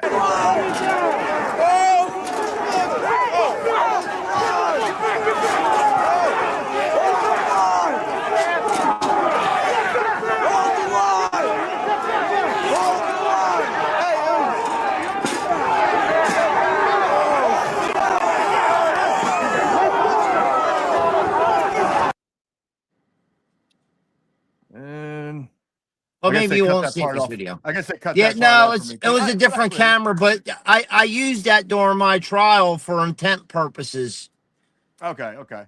Well, here's her. She said, testified under oath that she ran back, got right back at it, and here's her. Here we go. That's me right there, patting her on the shoulder. Yeah. Oh yeah. Is she fighting you? Is she punching you? No, remember I told you I handed her beanie back and checked on her? Yeah, I know. That's I know it. exactly. It doesn't look like she was engaging in hand-to-hand combat immediately afterwards. And it looks like you were helping her again and consoling her, making sure she's all right. You know? That's what I did, bro. Yeah, so it's frustrating hearing her say that crap, but literally, this is why this woman was pardoned by Joe Biden. She lied under oath over and over and over and over and over again. The last lie I'm going to show you real quick is involving Joe Biggs, because she said Joe Biggs was right at the gate with her at some point. Okay. You obviously didn't see Joe Biggs in that little video right there. Did you see him? I didn't see him. Joe Biggs, we seen where Joe Biggs was in the previous video. He was about 40 feet away in the middle of the crowd with his back to the gate. Didn't even know that stuff was really going on. But here is where'd it go? Oh, there we go. Watch this video thoroughly. I'm actually going to just speed it up a little bit.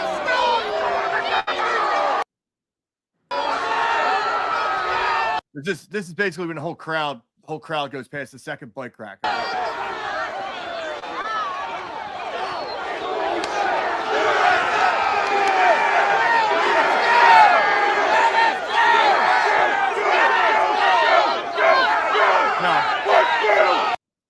Now here you're going to see me for the first time.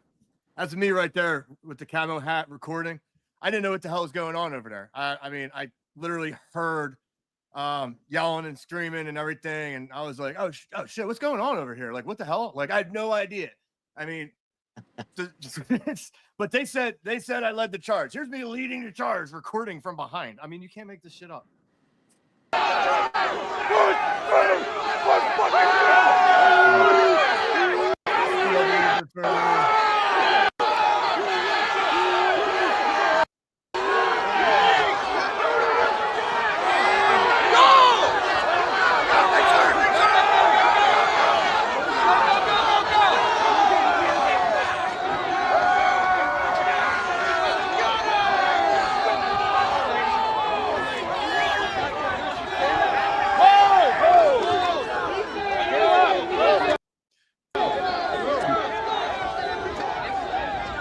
You know who that guy is? That's Joe right there. Yep. There's Joe. There's Ethan. And you see what's that? A gun? Is that a gun in his back pocket? Oh yeah, right. Yeah, it looks like literally.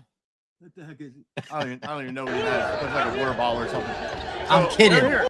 Oh, I know. So you see where they're at. You see where they're at. They're way behind the crowd for one, but number two, they're on the they end up going in on the complete opposite side that Caroline Edwards was at. The complete opposite side. So this woman said that he was in her face, lying, yelling, yada, yada, yada. He wasn't even on the same damn side when he eventually ended up going in. So this lady, like, I hope Trump figures out a way to reverse her auto pen freaking whatever, because that lady deserves to go to jail. She lied over and over and over again, ruined the lives of countless people, you know, reputations and everything. And for what? For what? Because Orange Man bad? Because you don't like President Trump? It's crazy, dude. It's crazy what they got away with for this. And I'm gonna move on to the next stage here. This is what the crowd looked like when we got where we wanted to go. Okay. Where everyone wanted to go. Everyone wanted to go in front of the inauguration stage because that's where we thought President Trump was speaking. So last unit, you want me to try it again?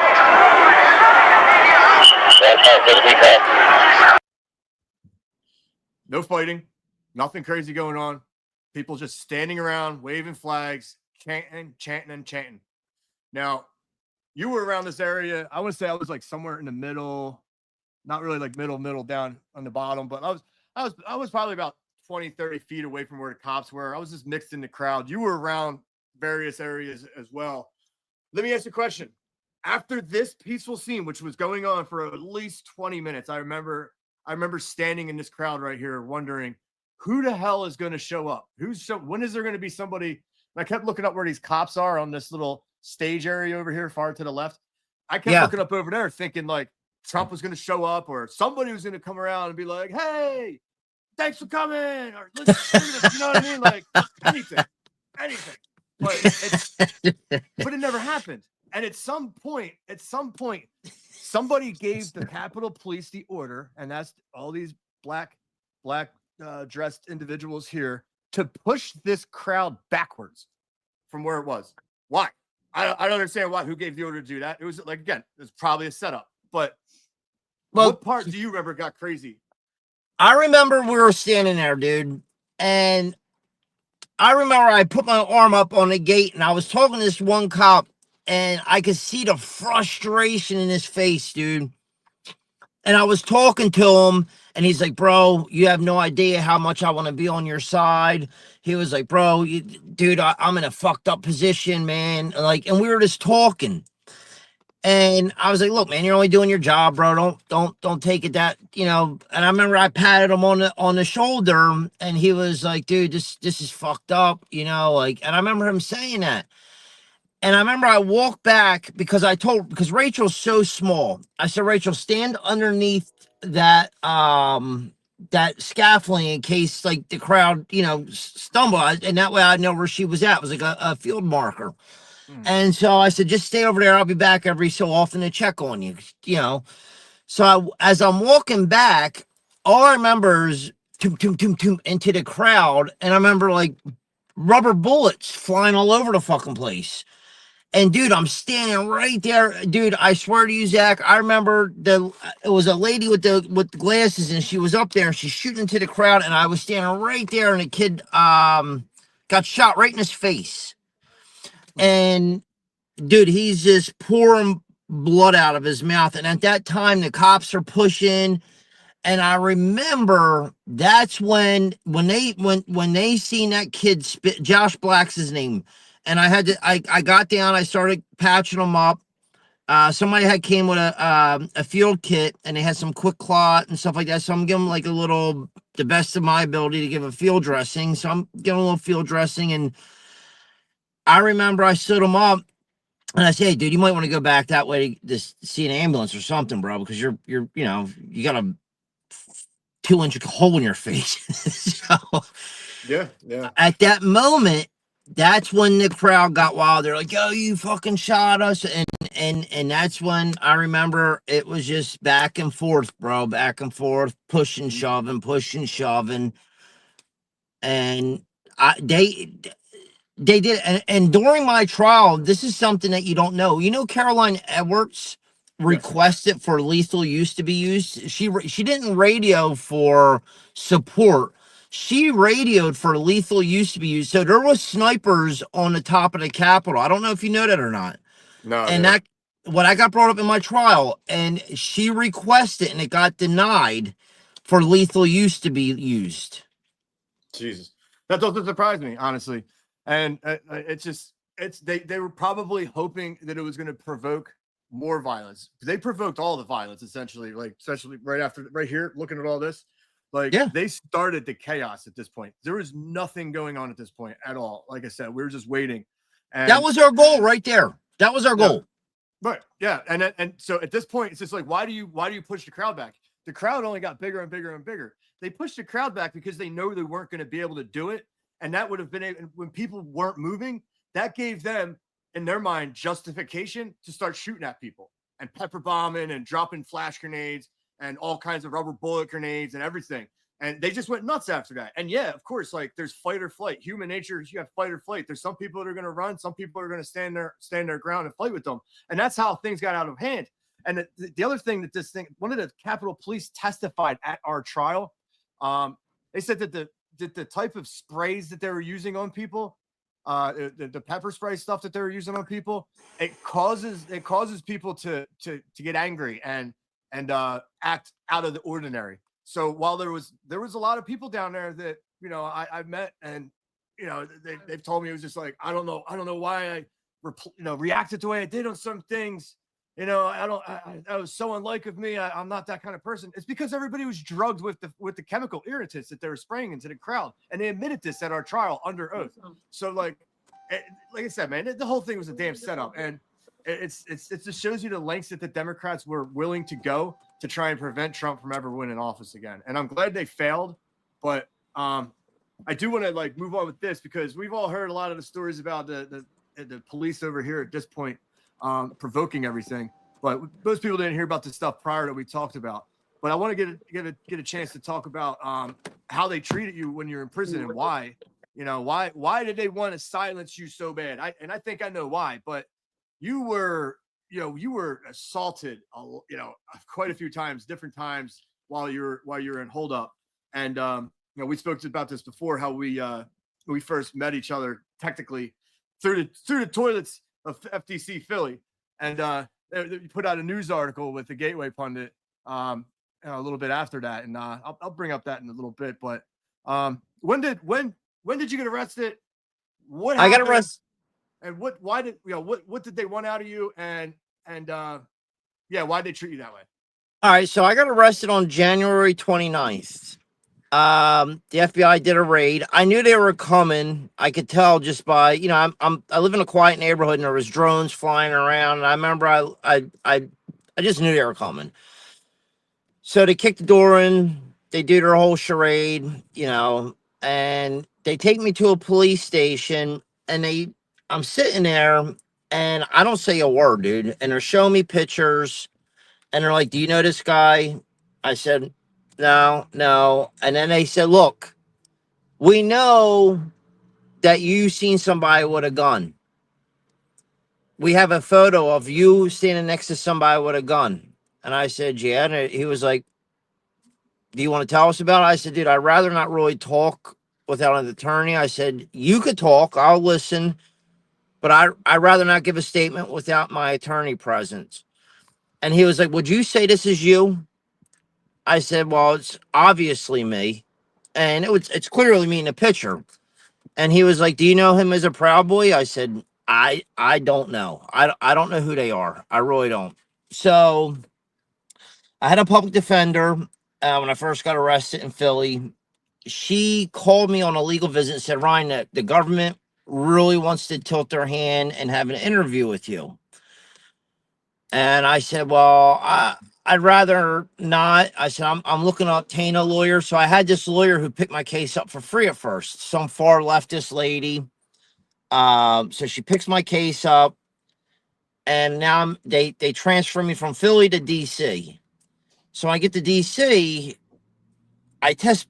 I'm in the pod with Big O and all the guys, and they come and they say you tested positive for COVID, and they took me off the block. And bro, I was on this block in DC jail that I've never seen. I had a payphone in the thing, or not the payphone, the jail phone in the cell. I was walking around freely. It was weird, dude.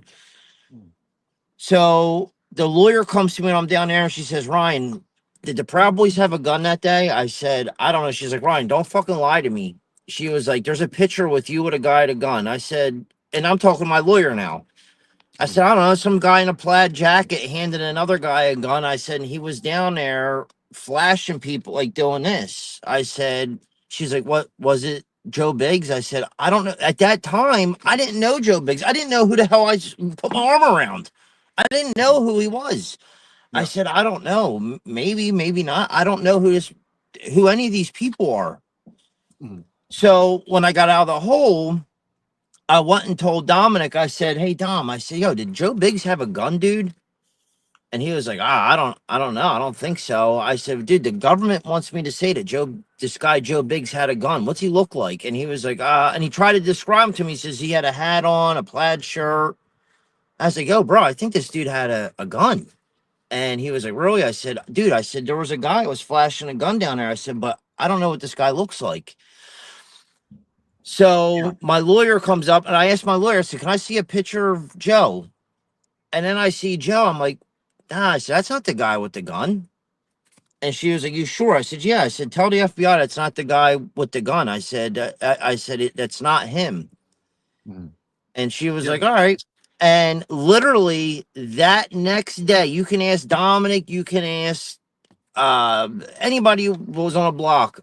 At like 3:30 in the morning, I get pulled out of my cell, zip tied, brought all the way to the last cell, and they beat the fuck out of me, bro. From there, I was moved around to different jails, diesel therapy. I was moved between 18 jails. Every 30 days, I was being moved. I was in Texas, Virginia, here, all over.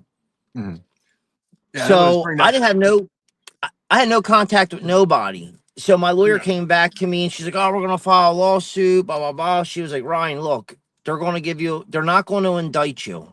They don't want to indict you. They don't want to indict nobody at the front gate. Nobody at the front gate. You just have to say that was the Proud Boys, or maybe did you see Joe hand him the gun?" I said, "Dude, I didn't see anybody hand anybody a gun besides the guy in the plaid jacket handed it the guy and the cowboy had a gun." I said, "And I don't know who the hell they are."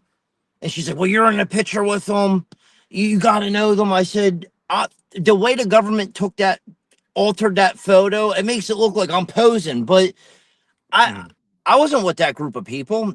And that's all I've ever said. And then the next thing you know, I'm in Virginia, and then there's an article that goes out and says, apparently Samsel is going to testify at Proud Boys hearing that they got a gun or something. I'm like, what the fuck is going on, dude? I'm like, dude, you got to be kidding me, bro. Like, dude, you got to be absolutely kidding me. But you know what they did? They were, dude, my belief is they were they were showing me like, hey, look, just go with this narrative. You can get out. You're not indicted. Because I didn't get indicted for the first year.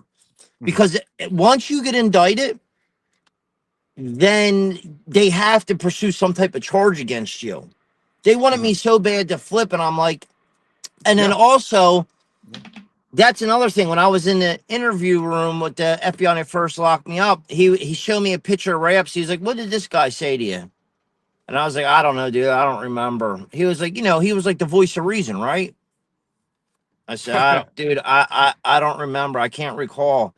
And then I remember they got really frustrated with me, dude. So then the one sheriff, I was actually a sheriff. He came in and was like, "Samsel, you chew this Copenhagen chew?"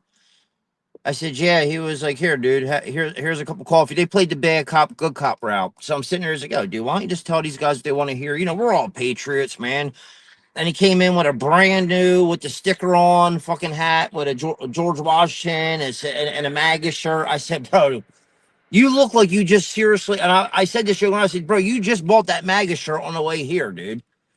And he started laughing. And dude, as soon as I said, "Look, I'm not talking, dude, just get me a lawyer," they literally took the can of chew off me, told me to spit the chew out of my mouth, and took the coffee away, and that was it, bro. Oh my God.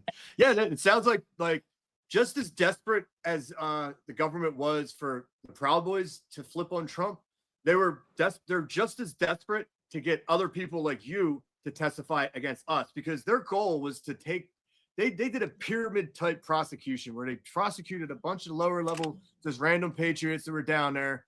And then they got the higher up, they went to the pyramid. They started going after groups at some point. So there's the 3%ers, the Oath Keepers, and the Proud Boys. The Proud Boys is the biggest group out of all. We were the key for the government's prosecution to take down Trump, because the way conspiracy law works, it's so loosely worded that basically they can convict anybody of conspiracy, even if you don't know your co-defendants. You didn't know any of your co-defendants. I barely knew any of my co-defendants. I mean, I met Joe the first time I met Joe was on January. Well, no, it was December 12th. And then I didn't talk to him then, but I talked to him on January 6th. And same thing with Ethan. I kind of knew Terry a little better, but I never met Dom. I never personally talked to the guy. I didn't know who he was, but, and that's what they do, so they wanted you to flip. They wanted you desperately to flip on us, protect their assets, who their FBI assets were on the ground that day. And when you did it, they beat the shit out of you and they attacked you. And the gun thing, here's the picture here. Like in this color picture, you're not even looking, and it looks like this other one that I put up here. It looks like you might have turned around. Maybe somebody started screaming. You turned around, like, what the fuck's going on? But clearly none of these guys are Joe. None of those guys are Proud Boys. And I don't care who they are, to be honest with you. all I know is they're not my guys, and they wanted you to say that was our gun, and that. Well, that and dude, this is the thing. That's the picture they showed me. It was black and white like that because they asked me, well, what color was the plaid shirt? Wow. And they showed me the black and that was the picture they showed. And dude, this is the crazy part, bro.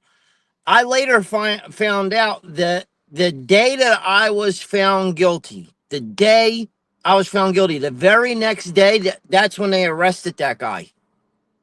Wow. That's insanity. And here's the color version again. That guy's clearly not wearing a plaid shirt that's black and white. It's got red in there, colors and everything. And it's not Joe. So yeah. Well, but and that's what I tried to tell Nick Smith, because it was, dude, listen, a prosecutor's job isn't supposed to lead people to lie and all that stuff. Dude, listen, like I said, I've been in trouble in the past. And now that you've been through the system a little bit, Zach, you see how they lie, dude. It's all about just securing a fucking a conviction. They don't really seek for true justice. You know what I'm saying, dude? Oh yeah, I've been saying that for a while since going through the system, and it's 100%. They're supposed to serve justice, not find crime or create crime. I'm sorry, create crime. And that's what they do. And dude, it was like, because the truth of it is, if everybody just kept their mouth shut and made the government do their job, there wasn't no crimes. But the problem that we had, and look, I'm a little hard on guys that pled guilty, and maybe I'm at fault for this, but I just could not plead guilty. Dude, I couldn't imagine some Vietnam veteran held in a concentration camp or and pleading guilty to the Viet Cong, or if you've ever seen the movie Unbroken with the Italian guy and the shit that he went through with the bird, and I'm sitting in here and I'm going to plead guilty. I could not plead guilty to the lies, because everybody had pled guilty to a certain stipulation. And dude, I seen some of the guys' stipulations, and it was like, oh, this happened. Dude, I'm not pleading guilty to this horse shit. Yeah. And I commend you for that. Seriously, hats off. Seriously, because that's a problem with society these days, man. Like I didn't do it either. That's why I went to trial. Because I don't have a perfect past. Like, I had a DUI back in the day, but I manned up to that. I served my time for it, whatever. And it is what it is. I was young, I was stupid. But when it came to January 6th, I was like, hell no. I was like, I didn't do anything I was charged with. I was like, I'm not pleading guilty. I'm not giving into their BS. Like, no, I'm not flipping on people. I'm not testifying against Trump. Like, you guys find your own way. How about having better policies and you'll beat Trump that way? You know what I mean? Like, I'm not playing your game. Like, I'll go to trial, I'll lose. I know I'll eventually get it overturned at some point, and I'm sure you probably felt the same way. Yeah, I did. Like, dude, I'm not like a super religious person, but like, dude, I'll be honest. In the very beginning, Zach, I mean, when we first got locked up, dude, I honestly understood what it felt like when the whole world hated you, because there was only about like 40 of us at first. Now, you guys were still hated. I don't think these guys got arrested for like the first 3 months or something. I don't know. I could be wrong. Yeah, but I remember. Yeah, go ahead. Even when Trump was like, that wasn't patriots, they don't represent us. That's why I always tell people, like, dude, I didn't go down there for Trump. Like, that's why I couldn't blame him, because I went down there for my country, dude. I went down there for what I believe in, and I don't serve one man. I feel like it was. And it's everybody's duty, dude. I don't care if you're a Democrat, Republican. It's everybody's duty to stand up for what you believe. It's not your right. It's your duty to do it. And I'm not going to do a duty as a citizen, because we're lucky to be American. Let me tell you something, dude. That's why people are jumping the border to come here, and everybody wants to come to America, because we're lucky. And the problem is, you got a bunch of spoiled pussies, excuse my French, that don't understand what they have and what it costs to have, and you cry and complain about your stupid shit. And I love this country, and that's why I did what I did, and I will never bend the knee to tyrants, and neither will you. And that's why I will always have a connection. Like I said, I'm not trying to be a proud boy. It's not. Listen, I love you guys. I really do. I got a lot of respect for you guys. But I'm like a one man band, dude. You know, I usually fuck up on my own good enough. So fair enough to that. you know. Yeah. But real quick, moving on, man. I just want to share a couple of pictures you've seen. You've seen these before, obviously. Actually, a lot of Americans seen this first one I'm going to share. It actually became a meme, basically, and I'm glad it was. I started seeing this. Started seeing random friends of mine share this meme, and you know, it's word starting to get out there. So this photo when you were in lockup, this was retaliation for not lying against fellow patriots, and you standing your ground. Tell us about this scene right here. So that was actually in Philly. I don't know if you know the one guard. I forget his name. He had a big 76 flag here, and he had a 3% tattoo there. Wills was his name. He worked in Philly. His name was Wills. He was SIS, and he worked the hole. So, dude, when we were fishing through the toilet, I got caught multiple times with bags of coffee, and I got caught with one of your kites, the letter you sent me. Oh, And yeah, dude. So they wanted me to they wanted to know what you, yeah, well, they didn't know it was you, but they wanted to know. They had an idea, but I wouldn't say nothing. And so they're like, dude, what's he sending you up? What's this gift? What's this? I was like, oh, it's just the coffee. He's like, bullshit, it's more than coffee. I said, bro, I swear to God, dude, it's just coffee and food. And he was like, bro, he said, you want to go to the last cell over to the hole? I said, what's the last cell? He's like, it's the old janitor's closet. It doesn't have a toilet. You ain't gonna be able to fish. And now there's fishing in the hole too. So what would happen is if I went to a different cell and I couldn't reach you, what would happen is somebody would fish with you or somebody you know, and then they would fish it over to my cell to make sure I got it.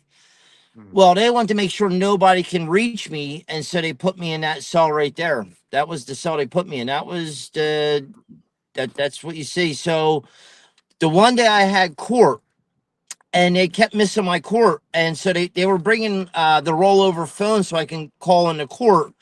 So I told Judge Cobb, I just had a breakdown. I said, Judge Cobb, I'm literally in a broom closet having court through a slot. I said, dude, I have no blanket, I have no clothes, I have to sit up here because what happens is they think that if you're back there, that you're going to kill yourself with the blanket and stuff like that. That's a suicide prevention. Everybody calls it a yoga mat. Yeah. It's called a suicide prevention mat. So the reason why I don't have no clothes on, and I heard Kyle Serafin, who's a FBI agent, said, well, they don't even have tan boxers in jail. Well, dude, maybe you should, I mean, you put enough people in there. Maybe you should know that we wear tans in federal prison, dude. So that is tan boxers. Yes, we get tan boxers in federal prison or jails. But that's the reason why I have no clothes. I was in there, I think, for probably close to, I want to say, my guess, I mean, it felt like to me 20 years, but my guess was between 2 months and 2.5 months. So a lieutenant finally came back and took photos. And when he had took the photos, I said, hey, can you send them to my lawyer? And he said, yeah, no problem. Well, I gave him Rachel's email and he sent them to Rachel. And I told Rachel, I said, hey, make sure these get out. Let everybody know how I'm living. Literally, she posted up all over the place. Well, when she posted them up, she got charged. She was then charged then too. So she eventually pled guilty because they charged her as well. But that's how that happened because I was fishing with you. Yeah, and for people that don't understand what fishing is, so when I was in FDC Philly, and you were able to do this at most of the federal prisons. Some of them, maybe the older ones, you can't. But an FDC FDC Philly is like an office complex with jail blocks in it, basically. So all the blocks are identical all the way up each side, and I had first received what's called a kite. A kite is a letter from another block, and Ryan here was up in the hole on the 7th floor. I think it's the 7th floor, maybe the 8th floor, whatever. It's been a while, but I was on the 4th floor, and anytime a guy on our block would go to the hole, somebody on the block would try to coordinate with somebody up in the hole. And the way they would do this was you'd scoop all the water out of the toilet, and then you'd be able to yell up the toilet up to other blocks. And it was it was very echoey, but you were able to do it. And so with the people who do on the higher floors is they would shred up a blanket or a sheet, whatever. They tie them together and they put something on the bottom of it and they throw it down the toilet, and then they'd yell back down to the lower floors.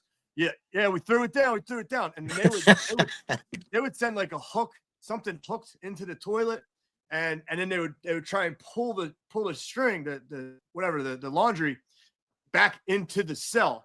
And then once they had that, they had a connection. You had a connection from that top floor to the floor that you're on. And we would tie stuff to the bottom of the to the bottom of the rope and then send it right back up. So I had received a kite from Ryan here, and I was excited that there was somebody else in the building.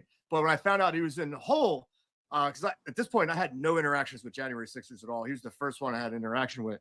And yeah, so he needed help. I read the kite. He needed some help up there. They're fucking with him and depriving him of food. So I was like, shoot, yeah, whatever you need, man, I'll send it up. And and he was like, oh, I'll send you money. I'm like, dude, I just ignored that part. I'm like, I'm not taking your money, dude. I'll be honest, dude. And between you and I, Zach, what we wrote, dude, that was a lifesaver. Yeah, I needed that. It was, man. I'm glad it was, man. Every time a guy went up to the hole, luckily I didn't go to the hole in Philly, but every time a guy went up to the hole, they lost 20, 30 pounds every time. And it's nuts. It's absolutely nuts. And I can only imagine what they did to you. I mean, we've seen this, and I know that's true. I've heard other inmates talk about this, about how they're, if you keep pissing them off, they'll put you in a smaller room like that. I didn't know it was like that until I seen it. But I also have another picture here. You got assaulted here. Where did this happen? So that was at NNRJ, Northern Neck Regional Jail. So the day that the New York Times posted that article about Joe Biggs having a gun and me going to go testify at court, I was put into the hole. That was that assault happened on the same exact day, but that picture was taken about 2 weeks later. My lawyer, Julia Howard, who was a godsend, Sidney Powell and Steve Bannon raised some money to help me out. And, they got a really good lawyer on my case, Julia Howard, and she came up and took those pictures. Okay. Yeah, that's crazy. So it's probably retaliation for you saying that you're not going to lie about Joe having a gun when he didn't, because we seen the pictures. None of those guys were Joe. So I mean, bro, no shit. But do you know what they would have probably done, bro? They probably would have never arrested that guy, right? Because I went to trial and lost.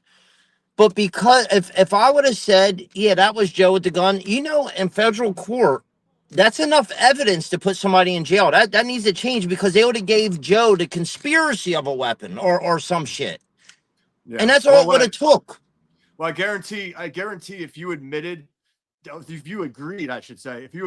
to say that one of those guys was Joe, they probably would have barred us from showing the picture, and they would have had you talking about a guy in a plaid shirt, and then they would be showing Joe wearing a plaid shirt, and that would have been it. That would have been it. And that was that. Like, their whole thing was a setup, and it was a lie from the start. And obviously, Joe didn't have no gun, and it's just a disgrace on how much misconduct these guys are willing to do just to win a case and put innocent people in jail. It's disgusting.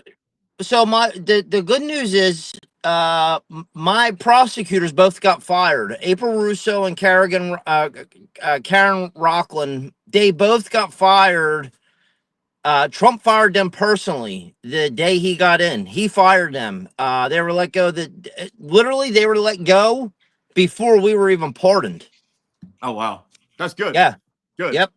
I'm glad about that in a sense, because hopefully some of my prosecutors get fired. I mean, but they were supervisors, so they probably they were probably connected with somebody in your case, because they're all connected. They're all trash. Yeah. Call each other and everything. Yeah. No, I got stories for that too, but topic for another day. But other than that, how was everything for you I mean, I don't know if I've talked to you how it was for me my last year after sentencing and everything. How do they treat you your last year? Did things get a little bit better or what? And how was everything on the day you got, inauguration day? Oh, bro, let me tell you something. So I was in Brooklyn, and look, dude, Brooklyn is literally the streets. Like the CO's in there. I was, dude. I honestly was. So many people were cheering for me, dude. Like I'm talking about like hardened gangbangers, Bloods, Crips. Like, dude. I mean, they were really cheering hard for me, man. And I remember, dude, on inauguration day, everybody's like, "Oh, you're out of here." And I've been through so much shit at that time. I'm like, dude, I don't know, man. Like, I didn't believe it until I talked to the lady that picked you up in the van, Suzanne Monk. Okay.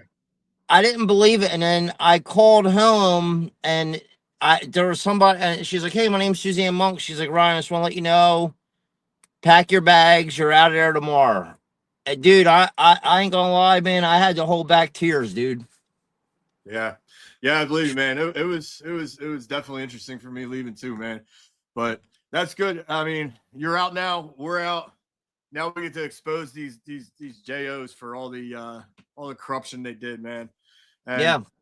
I again appreciate you coming on. I think it took your time long enough. I'd love to go on. We could probably go on all day about some of the corruption shit. Is there anything else you want to get out? You want to tell everybody? Something maybe Yeah, we didn't touch on? I like to say, you can follow me on X. If I respond to every single person who writes me. And I think that you're, for that, I got a lot of respect for you, Dom. You guys all stood your ground, and I got a very high amount of respect for anybody who went to trial. And keep this up, Zach. You're pretty well spoken. I think that as soon as you get over the mute problem, you'll be on your way. Yeah, hopefully get over that. It's not in the habit of having to actually use the mute button. So, Oh, who do we got? We got to give a shout out to the crazy old lady, because she does. What the hell's her name? The crazy cat lady harasses us. Pam Hemphill. Yeah, the one that sends me the nude pictures. Yeah. Oh man, that lady's an absolute lunatic. I mean, she just. I seen her come across our screen. She's probably watching us right now. So. No, I wouldn't be surprised. She could say everything they said's a lie. Like, lady, I literally produced videos. Like, video doesn't lie. You showed pictures and videos. So whatever. But that's just how the left is. And I think she was a closet libtard, this whole time. And I think she was a government plant too. I mean, the people up in Boise, Idaho, she's from, they also say the same thing. And she's a Fed plant, whatever.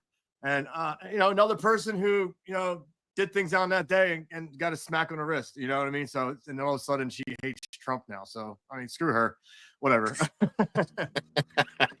But hey, man, have a good night, Zach. Hey, man, appreciate it. Thanks for coming on again. And we'll be in touch, man. All right, bro. I'll holler at you, man. Thank you. Yep. All right. Well, that was a pretty interesting show there. Went pretty well. I hope everybody actually can see a different perspective now. I mean, the Proud Boys were blatantly lied about time and time again.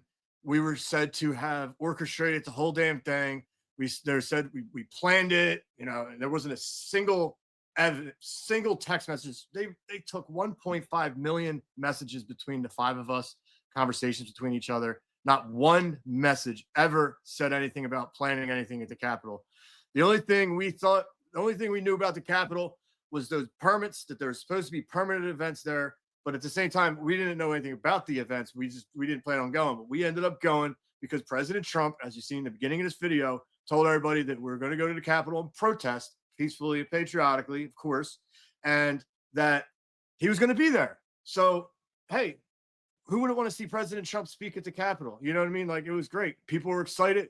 People wanted to go there. People felt they had a right to be there. So that was the purpose of the bike rack scene. Why people went past the bike racks. They felt they had justification to be there. And they did legally, as we showed earlier.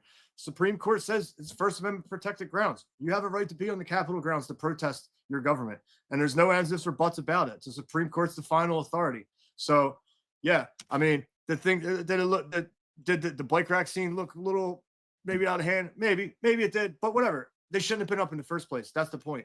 So it was unlawful that they were there, and it was suspicious that we were lured to the bike racks anyway. Because like I said, we all could have just walked around the bike racks. The entire field was wide open. So I think, like I said, January 6th was a setup. Proud Boys had nothing to do with starting the January 6th. I mean, we walked around, we got out of there, we walked around when we made it on the Capitol grounds. A couple of us walked into the building at some point. I went in 45 minutes after people were already in there. I didn't do anything. I didn't break nothing. I didn't fight no cops in there. So like, why to get 15 years?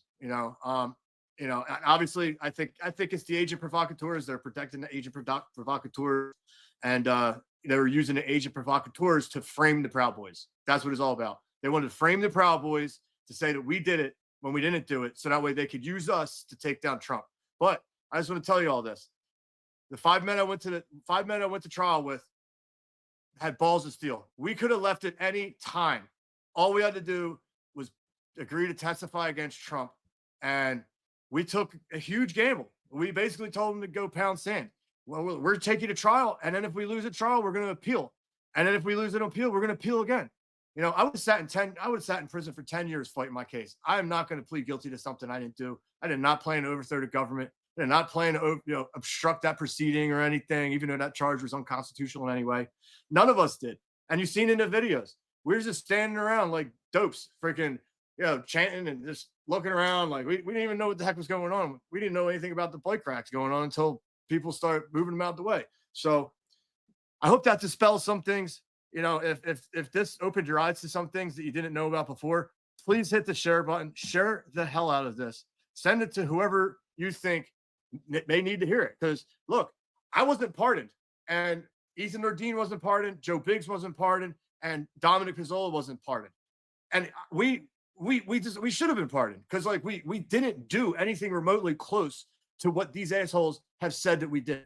And it's wrong. Like I said, every day I wake up wondering why I wasn't pardoned, but I know it's going to happen. I know President Trump is going to do it. And I just hope it's sooner rather than later, because, we're still being persecuted in a sense. I have military benefits I can't get right now. I'm supposed to be getting doctors through the VA and all that. And I don't get any of it right now because I'm still considered a seditious conspirator, which basically revokes your military VA benefits and everything. So we really need pardons, and we need to be able to get our lives back on track. And we should have never been arrested in the first place, and we should have never been charged with these crazy charges either. But again, like I said, I hope you guys really learned something here today, and I appreciate everybody who tuned in.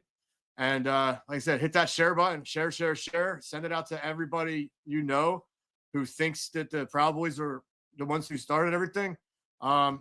Because we weren't, and that's it. So there was no seditious plot. It was just patriots who wanted to go see President Trump speak.